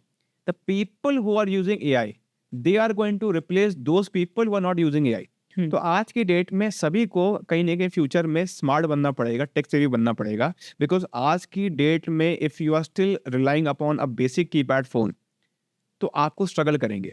आज की डेट में you don't want to use a debit card, you don't want to use a payment gateway. तो मनी ट्रांसफर करने में, मनी देने में अब वो सिस्टम बहुत ज़्यादा रिडंडेंट होता जा रहा है कि जो हम ऑफलाइन करते थे वो मुश्किल होता जाएगा। तो कहीं ना कहीं आपको टेक्नोलॉजी लेनी पड़ेगी, एआई में आपको अडाप्ट करना पड़ेगा, and that is why I said कि AI is a two edge sword, जहाँ पे आपको हेल्प भी करता है और वो आपको कहीं ना कहीं नुकसान भी पहुंचाता है। It is you who have to find out the meaning कि ये मैं एआई को, चैट जीपीटी को अपनी लाइफ में डाल करके कैसे अपने आप को इम्प्रूव कर सकता हूँ, अपनी लाइफ की परफॉर्मेंस को, and how can I become a 10% कि मैं अपना 10 टाइम्स वेरिएंट बन जाऊँ, इतना मैं एफिशिएंट बन जाऊँ। And this is the truth. अगर कोई बंदा मेरे पास आता है, कोई व्यक्ति मेरे पास आता है, वो कहता है, मैंने उसे असाइनमेंट दिया कि ये रिपोर्ट बना के लाओ, and he brings it in 2 hours, and chat GPT वो मुझे 2 मिनट में बना के दे रहा है, तो I will prefer that person who can do it that work in 2 minutes। Right. तो वो सारी चीज़ें। अब रिपोर्टिंग की बात करेंगे तो अगर हम साइबर क्राइम की बात करेंगे, साइबर क्राइम को रिपोर्ट करने के लिए गवर्नमेंट ऑफ इंडिया का, अगर आपके साथ कोई भी फाइनेंशियल साइबर फ्रॉड हो जाए, द हेल्पलाइन नंबर इज 1930। आपके साथ कोई भी financial, non financial cyber crime हो जिसमें आपको घर बैठे रिपोर्टिंग करनी है, तो उसके लिए भारत सरकार का पोर्टल है national cyber crime reporting portal, जिसका URL है www.cybercrime.gov.in। वहाँ पे भी आप घर बैठे शिकायत कर सकते हैं, बट अगर पैसा गया हुआ है तो जितनी जल्दी हो सके पहले आप 1930 को रिपोर्ट करें। इसके अलावा जो हम लोग पास कई बार मैटर आते हैं, स्पेशली रिलेटेड टू यंगस्टर्स, जिसमें किसी मान लो फीमेल कोई है, उनको कोई परेशान कर रहा है, cyber stalking, cyber bullying, cyber molestation, cyber blackmailing, cyber extortion, ऐसे बहुत सारे वर्ड्स हैं। तो उसमें हमने अमूमन देखा है कि ये लड़का जो है ये मेरे को कुछ ऑब्सीन बातें कर रहा है या कुछ ऐसे ब्लैकमेल कर रहा है, परेशान कर रहा है। The tendency that I have seen is that people block them. ये ब्लॉक नहीं करना चाहिए। ब्लॉक करने से क्या होता है कि जब आप, कई ऐसे हमारे सोशल मीडिया मैसेंजर्स होते हैं, the moment you block any person, उसके सर्वर से वो डेटा हट जाता है। तो जब आप पुलिस में रिपोर्ट करने आओगे, पुलिस वांट एविडेंसेस कि क्या URL था, कौन सी आईडी थी, क्या मैसेज किया। आपने बोला सर वो तो मैंने ब्लॉक कर रखा है, आपने अनब्लॉक किया, and the moment you unblock it, वो मैसेजेस डिलीट हो चुके हैं फ्रॉम द सर्वर, तो एविडेंसेस आर गॉन। तो आइडियली ऐसे केसेस में क्या करना है, आप ऐसे लोगों को क्या करो, म्यूट कर दो, आर्काइव कर दो, and then you report, and if possible keep screenshots, if possible you can do a video recording, if possible you can do an audio recording, अगर वो आपको फोन कॉल करके कुछ इस टाइप से लूज टॉक कर रहा है या परेशान कर रहा है। तो that is something again when it comes to women and children specific, if you have to do reporting. Otherwise when it comes to financial fraud, remember the number 1930। और आज भी समाज में कई ऐसे गरीब लोग हैं जिनको 1930 नहीं मालूम है और वो रिपोर्ट नहीं कर पाते। तो आपको कोई भी व्यक्ति लगे जिसके साथ फ्रॉड हुआ है, kindly share this number and report eight 1930। आपकी पूरी इस करियर टाइम पे आपने कोई इंटरेस्टिंग केस जो आपको लगा हो अभी तक था साइबर क्राइम में? इंटरेस्टिंग केस मैं बोलूँगा कि जो सबसे बड़ा केस है, I think which is the most famous case, and I was very fortunate कि ये 2021 का केस है। That's called power bank scam है। उससे मुझे कई लोग जानते हैं, पावर बैंक स्कैम से ही मैं थोड़ा सा मुझे लोग जान गए।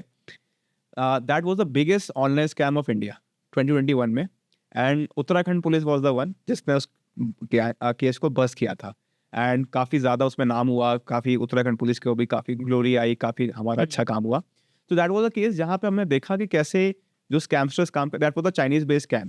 That was one of the initial cases जब चाइनीज स्कैम शुरू हुए थे। तो उसमें क्या था कि लोगों को बोला गया कि आप ना इस टाइप से अलग अलग व्हाट्सएप पे, टेलीग्राम पे उनको लीवर किया गया, बोला गया कि एक ऐप आई है which is called power bank, और ये गूगल प्ले स्टोर पर जाओ, डाउनलोड कर लो। तो उस पर लाखों लोगों ने अक्रॉस इंडिया डाउनलोड किया था।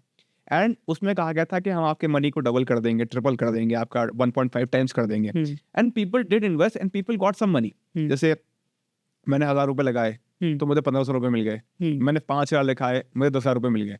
So what happened, initially that money was given like toffees, and जितने लोगों को टॉफी दी गई वो माउथ स्पीकर बन गए।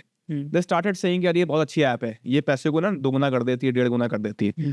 सो तो वो हजारों से संख्या जो है डाउनलोड की वो लाखों में पहुंच गई। तो इसमें आई स्टिल रिमेंबर इन मई, कह सकते हैं 12 मई 2021 को ये ऐप बंद हो गई गूगल प्ले स्टोर से, वो गायब हो गई।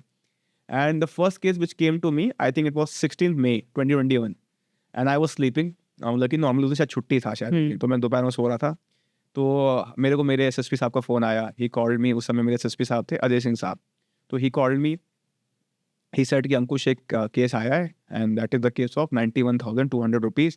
तो हमारे यहाँ क्या है कि जो हमारा साइबर थाना है देहरादून में, जो हमारा एसटीएफ स्पेशल टास्क फोर्स का है, हमारी जो एसओपी है, हम 7 लाख के ऊपर के केसेस को डायरेक्टली इन्वेस्टिगेट करते हैं। तो मैंने सबको बोला, मैं नींद में था, मैंने कहा सर 91,000 का है, मैं किसी को बोलता हूँ, केस को दिखवाते हैं और बाकी करते हैं। कह रहे नहीं, इस केस को तुम ही देखोगे। मैंने कहा सर 91,000 का है, कौन सा, किसी को लगा देता हूँ, किसी को ड्यूटी, बाकी तो केस में मैं लगाई हूँ। तो सर ने बोला कि नहीं इसमें ना ऐसा नहीं है, कुछ ऐसे सारे इश्यूज बताए कि नहीं ये बहुत बड़ा केस होगा। He had that feeling. तो मेरे अभी जो एसएसपी साहब थे, अभी प्रेजेंटली इस एसएसपी देहरादून, तो उस समय वो एसएसपी एसटीएफ थे, अजय सिंह साहब। तो सर ने बोला कि नहीं अंकुश ये देखो, ये बहुत बड़ा केस होगा। अब उनका इंट्यूशन, एक पुलिस ऑफिसर का जो इंट्यूशन होता है वो एक अलग ही लेवल का होता है। तो उन्होंने मुझे कहा बैठ तुम जाग जाओ, मैं उठ गया, बैठा सारा मैंने शुरू किया। Then I started finding out details. तो मुझे पता चला कि हरिद्वार में there are 50 people who have invested in this app. मैंने बुलाया, तुरंत मैं थाने पे गया, पुलिस स्टेशन पे गया, मैंने बुलाया सबके स्टेटमेंट्स देखे। मैंने कहा, फिर मैंने अपने टीम को बुलाया, मैंने अपने इंस्पेक्टर को बुलाया जो भी इंचार्ज थे, मैंने कहा चेक करो। And then I started seeing pattern कि ये ना इस टाइप से there is a common app, and जो पैसा हमने लगाया उसमें 3-4 कंपनियाँ हैं जिसमें इन्होंने they have invested money. And वहाँ से मेरा इंटरेस्ट जागा। मैंने कहा तो बहुत बड़ा वैसा यार, ये तो कुछ सच में कॉन्स्पिरेसी टाइप है। Then I started working over it, करने लगा। एंड देन इवेंचुअली जो उसमें बैंक अकाउंट्स आए कि वो पैसा लेयरिंग हुई, इतने लाखों लोगों से लिया है, एक खाते में 100 करोड़ की ट्रांजेक्शन्स। I was shocked. मतलब कि लिटरली कि 3 दिन में 100 करोड़, एक खाता तक दिया बाती करके था, उसमें 3 दिन में 108 करोड़ की transactions. I was literally shocked. मैं एकदम पागल हो गया। रात बैठ करके ना I used to work upon that cases. ICICI bank था, एचडीएफसी बैंक था, पेटीएम था, पता नहीं कौन कौन सी कंपनीज थी, सबको मैंने बुलाया, सबके नोडल को बुलाया, मैंने सब आओगे, सब बताओगे कैसे हुआ, क्या हुआ, इतना अमाउंट हुआ। And that was a landmark case जिसमें फिर बाद में दिल्ली स्पेशल सेल ने भी बहुत अच्छा काम किया, बैंगलोर पुलिस ने भी अच्छा काम किया, उत्तराखंड पुलिस ने सबसे पहले एफआईआर करी। 18 मई को हमारी पहली एफआईआर हुई और दूसरी एफआईआर 19 मई को हुई 2021 में। एंड देन उसमें हमने अरेस्टिंग भी करी और बाकी लोगों ने भी अरेस्टिंग करी। एंड देन उसमें हमने काफ़ी लैंडमार्क हमने उसमें चीज़ें निकाली। And that was the first case in India जहाँ पे साइबर क्राइम में देखा गया कि पैसे को through crypto currency it was being send abroad. Okay. तो वो हमने फाइंड आउट किया। फिर हमने उसमें म्यूल अकाउंट, शेल कंपनीज कैसे सारा स्कैम करता है, वो सारी चीज़ें करी। देन हमने गवर्नमेंट को काफ़ी सारी रिपोर्ट्स भेजी, everything was done. And interestingly there were landmark reforms done in financial sector. Like आज की डेट में जैसे हम फिल्मों की बात करते हैं तो कहा जाता है ना कि मुगले आजम एंड देन हाँ। Similarly we talk about Sholay, कि इंडियन फिल्म इंडस्ट्री शोले से पहले शोले मूवी आने के बाद इसी प्रकार से डीडीएलजे कि डीडीएलजे के पहले और डीडीएलजे के बाद इंडियन फाइनेंशियल सेक्टर को बोला जाता है कि जो हमारा साइबर क्राइम वाला जो फाइनेंशियल सेक्टर है, पावर बैंक से पहले और पावर बैंक के बाद इतना बड़ा माइलस्टोन केस बन गया कि उसमें हमारे जो वर्चुअल अकाउंट्स होते हैं, हमारे बैंक अकाउंट्स होते हैं, उन सबकी एसओपी सारी ऊपर से मतलब सारी regulators, RBI, ministry of corporate affairs, हर जगह आरओसी, रजिस्टर ऑफ कंपनीज, हर जगह रिफॉर्म्स आए एंड इतने चेंजेस आए, इतना लैंडमार्क आए। इनफैक्ट आई स्टिल रिमेंबर कि 2 3 साल पहले जब वो केस था तो उसमें ऑनरेबल सुप्रीम कोर्ट ने जो दिल्ली स्पेशल सेल का केस था उसमें कुछ रीजंस थे, वो भी उन्होंने हमें ट्रांसफर कर दिया। तो इवेंचुअली वो that was a landmark case जिसमें हमने देखा कई लोगों को जेल भेजा एंड दिल्ली पुलिस ने बहुत अच्छा काम किया, उन्होंने भी कई लोगों को जेल भेजा एंड उसमें जो इतना मैग्नीट्यूड ऑफ क्राइम था उसमें हमारी लर्निंग हुई and eventually we found out lot of things जिसमें हमने कई बैंक अकाउंट्स फ्रीज किए, कई लोगों को जेल भेजा and a lot of money could have gone out of India that was saved. So that was something जहाँ पे मैं एक अवेयरनेस पॉइंट ऑफ व्यू से बोलना चाहूँगा कि please be careful with all such investment options. जो भी आपको आजकल एक आ गया है कि ना कि आपको वो डॉक्टर्ड वीडियोस भेजते हैं जहाँ पे वो एआई के वो एक सेलिब्रिटी है, वो एक प्लेटफॉर्म को प्रमोट कर रहा है एंड वो जो एआई बेस्ड वीडियो है वो सेलिब्रिटी बोलेगा मैंने ना इस प्लेटफॉर्म से इतने पैसे कमा लिया एंड यू गेट टेम्प्टेड कि यार ये तो ये बोल रहा है यार इतना बड़ा आदमी, तो then you start investing. Please आप ऐसे इन्वेस्टमेंट प्लेटफॉर्म से प्रॉपर्ली बचिए। सबसे इंपॉर्टेंट चीज़ है जो एक क्वेश्चन आना चाहिए नॉर्मली जो व्यूअर्स में आता है, हाउ डू वी आइडेंटिफाई। तो आइडेंटिफाई करने के लिए है कि जब भी आप किसी प्लेटफॉर्म पे जाएं सबसे पहले चेक करें उसके डॉक्यूमेंटेशन कि इसका ऑफिस कहाँ पर है, उसके बाद कोई कस्टमर केयर हेल्पलाइन नंबर होना चाहिए जो इंडिया में है, उसकी रिस्पॉन्सिव मेल आईडी होनी चाहिए। फिजिकल वेरिफिकेशन आप बहुत ज़रूरी है अगर आप कहीं कर रहे हैं, जैसे आजकल बहुत सारे स्टॉक्स में इन्वेस्ट कराने के लिए ऐप्स आ गए हैं तो उनका प्रॉपर एड्रेसेस है, उनको आप देख सकते हैं, बट कई सारे ऐसे फेक आ गए हैं। तो आपने क्या फिजिकली वेरीफाई किया? क्या अब सिर्फ टेलीग्राम पे उसने मुझे बोला, व्हाट्सएप पे उसने बोला, आप पैसे मत लगाओ, वो आपको व्हाट्सएप ग्रुप में ऐड कर लेंगे, टेलीग्राम ग्रुप में ऐड कर लेंगे। वहां पे क्या है, वो आपको फेक स्क्रीनशॉट्स भेज रहे हैं, डॉक्टर्ड वीडियोस भेज रहे हैं, मतलब कि एआई जनरेटेड वीडियोस भेज रहे हैं and you end up paying money and then वो कहेगा सर ये तो मुझे व्हाट्सएप पे मिला था एंड मुझे नहीं मालूम कौन है। तो यहाँ आपको थोड़ा बचना पड़ेगा, जहाँ पे साइबर अवेयरनेस बिकम एसेंशियल, थोड़ा सा आपको अलर्ट होने की आवश्यकता है। जैसे आपने वो बोला ना एआई वीडियोस वाला, सेम इंस्टाग्राम रील्स में ये काफ़ी है कि जैसे इलॉन मस्क दे रहा है 0.25 बिटकॉइन, एक आएगी फिर गूगल सर्च टेम्पलेट की वीडियो, www. इस वेबसाइट पे जाओ, ऐसे क्लेम करो। तो ऐसे उसमें काफ़ी मैंने देखा है लोग कमेंट्स में स्कैम है, बहुत लोग फंसे भी है, ये काफ़ी ज़्यादा। बिल्कुल बिल्कुल, ये तो है ही। एंड आपका अभी लेटेस्ट गेमिंग बिल पे जो हुआ है उस पर आपका ओपिनियन क्या है? यस, इस पे मैं अभी दूरदर्शन में गया था तो वहाँ पे भी this question came. There are 2 parts to it. पहला क्या है कि एक तो प्रमोशन है और दूसरा है उसमें regulation. That is why the name of the bill is promotion and regulation of gaming bill करके 2025। तो गवर्नमेंट ऑफ इंडिया ने कहा है कि एक तरफ तो यू आर प्रमोटिंग कि we are legalizing a thing, but उसका प्रॉपर रजिस्ट्रेशन होगा जिसके लिए concept that have been used is called e games. Okay, तो उसमें क्या है कि कोई भी इस टाइप से अगर ऑनलाइन गेम खिला रहा है तो उसको अपने आपको रजिस्ट्रेशन कराना पड़ेगा, उसका प्रॉपर डॉक्यूमेंटेशन होगा और आफ्टर दैट प्रॉपर जब वैलिडेट हो जाएगा तभी वो प्लेटफॉर्म लॉन्च किया जाएगा। दूसरी चीज जो मनी वाला पार्ट है उसको रेगुलेट किया गया है, जिसमें हम बात करते हैं ऑनलाइन बेटिंग की, हम बात करते हैं ऑनलाइन गेम्स की, जिसमें हम बात करते हैं 3 पत्ती, पोकर, रमी, हाँ बेटिंग का, गैम्बलिंग का। तो गैम्बलिंग पहले भी भारत में क्राइम था, अभी भी क्राइम है, जिसके लिए भारत में कानून है पब्लिक गैम्बलिंग एक्ट 1867, जिसके तहत उसमें सजा के प्रावधान भी हैं। तो जुआ अधिनियम हम हिंदी में कहते हैं, तो उसमें बैन किया आता है। अब यही चीज ऑनलाइन लाया गया है कि अगर आप इस प्रकार से ऑनलाइन गेमिंग कर रहे हैं तो उस चीज को रेगुलेट किया जाए कि अगर कोई इस प्रकार के 3 पत्ती, पोकर, रमी जो कि प्रॉपरली रजिस्टर्ड नहीं है, उसके नाम पे या उसके माध्यम से कोई आपके साथ स्कैम कर रहा है या मनी आपको दे रहा है, प्रलोभन दे रहा है, लालच दे रहा है कि आप इसमें पैसा लगा दो, ये हो जाएगा, ये कर दो, तो उसमें आमूमन it's a very good step, it was required. And इसमें सबसे मेन जो कंसेप्ट बताना चाहूंगा कि इसमें कई बार कंफ्यूजन आता है लोगों को। Actually the whole concept about gaming and betting is actually the concept of game of chance and game of skill. What is game of chance? मैंने डाइस फेंका, वो 1 नंबर आता है, 2 नंबर आता है, it is about my luck, ठीक, that is called game of chance, which is simply betting कि आज ये क्रिकेट प्लेयर रन बनाएगा या नहीं बनाएगा, दैट इज बेटिंग, लक। आज ये फुटबॉल प्लेयर, फैंटेसी लीग की बात कर रहा हूँ, गोल करेगा कि नहीं करेगा, that is about luck. What is game of skill? Game of skill में आ जाता है फैंटेसी लीग्स कि मैंने एक टीम बनाई, आज मैंने कुछ वो बनाया, एक कुछ भी सिस्टम बनाया, एंड उसमें I will make my captain कि आज मैंने इस बंदे को कैप्टन बना दिया, इस बंदे को वाइस कैप्टन बना दिया. So there I am applying my mind. तो उसको many people interpret at as a game of skill कि इसको मैंने विकेट कीपर बनाया था, इसको आईपीएल होता है, हाँ. इस प्लेयर को मैंने विकेट कीपर बनाया, इसको कैप्टन बनाया. तो इस पूरे प्रोसेस में क्या है, I am applying my brain. तो यहाँ पे there is a minute difference कि for you it could be a game of skill, for me it could be a game of chance. तो question arises, game of chance is betting, that is illegal. जुआ लगाना, batting लगाना, तो वो तो crime है. Game of skill को कह रहा हूँ कि सर ये तो मैंने कोई जुआ थोड़ा लगाया है, ये तो मैंने अपनी स्किल डेवलप करी और अपना मैंने एनालिसिस करने के बाद कि ये प्लेयर आज अच्छा खेलेगा क्योंकि इसका फॉर्म अच्छा है. That is my analysis, that is not dependent upon luck. Yes obviously उस दिन वो आउट हो गया तो अलग बात है.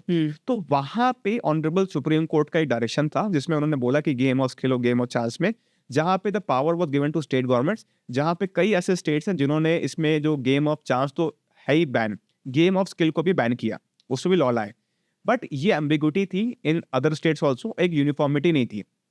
तो जो हमारे यहाँ लॉ बनते हैं वो कुछ लॉ बनते हैं सेंट्रल गवर्नमेंट में, कुछ लॉ बनते हैं स्टेट गवर्नमेंट में.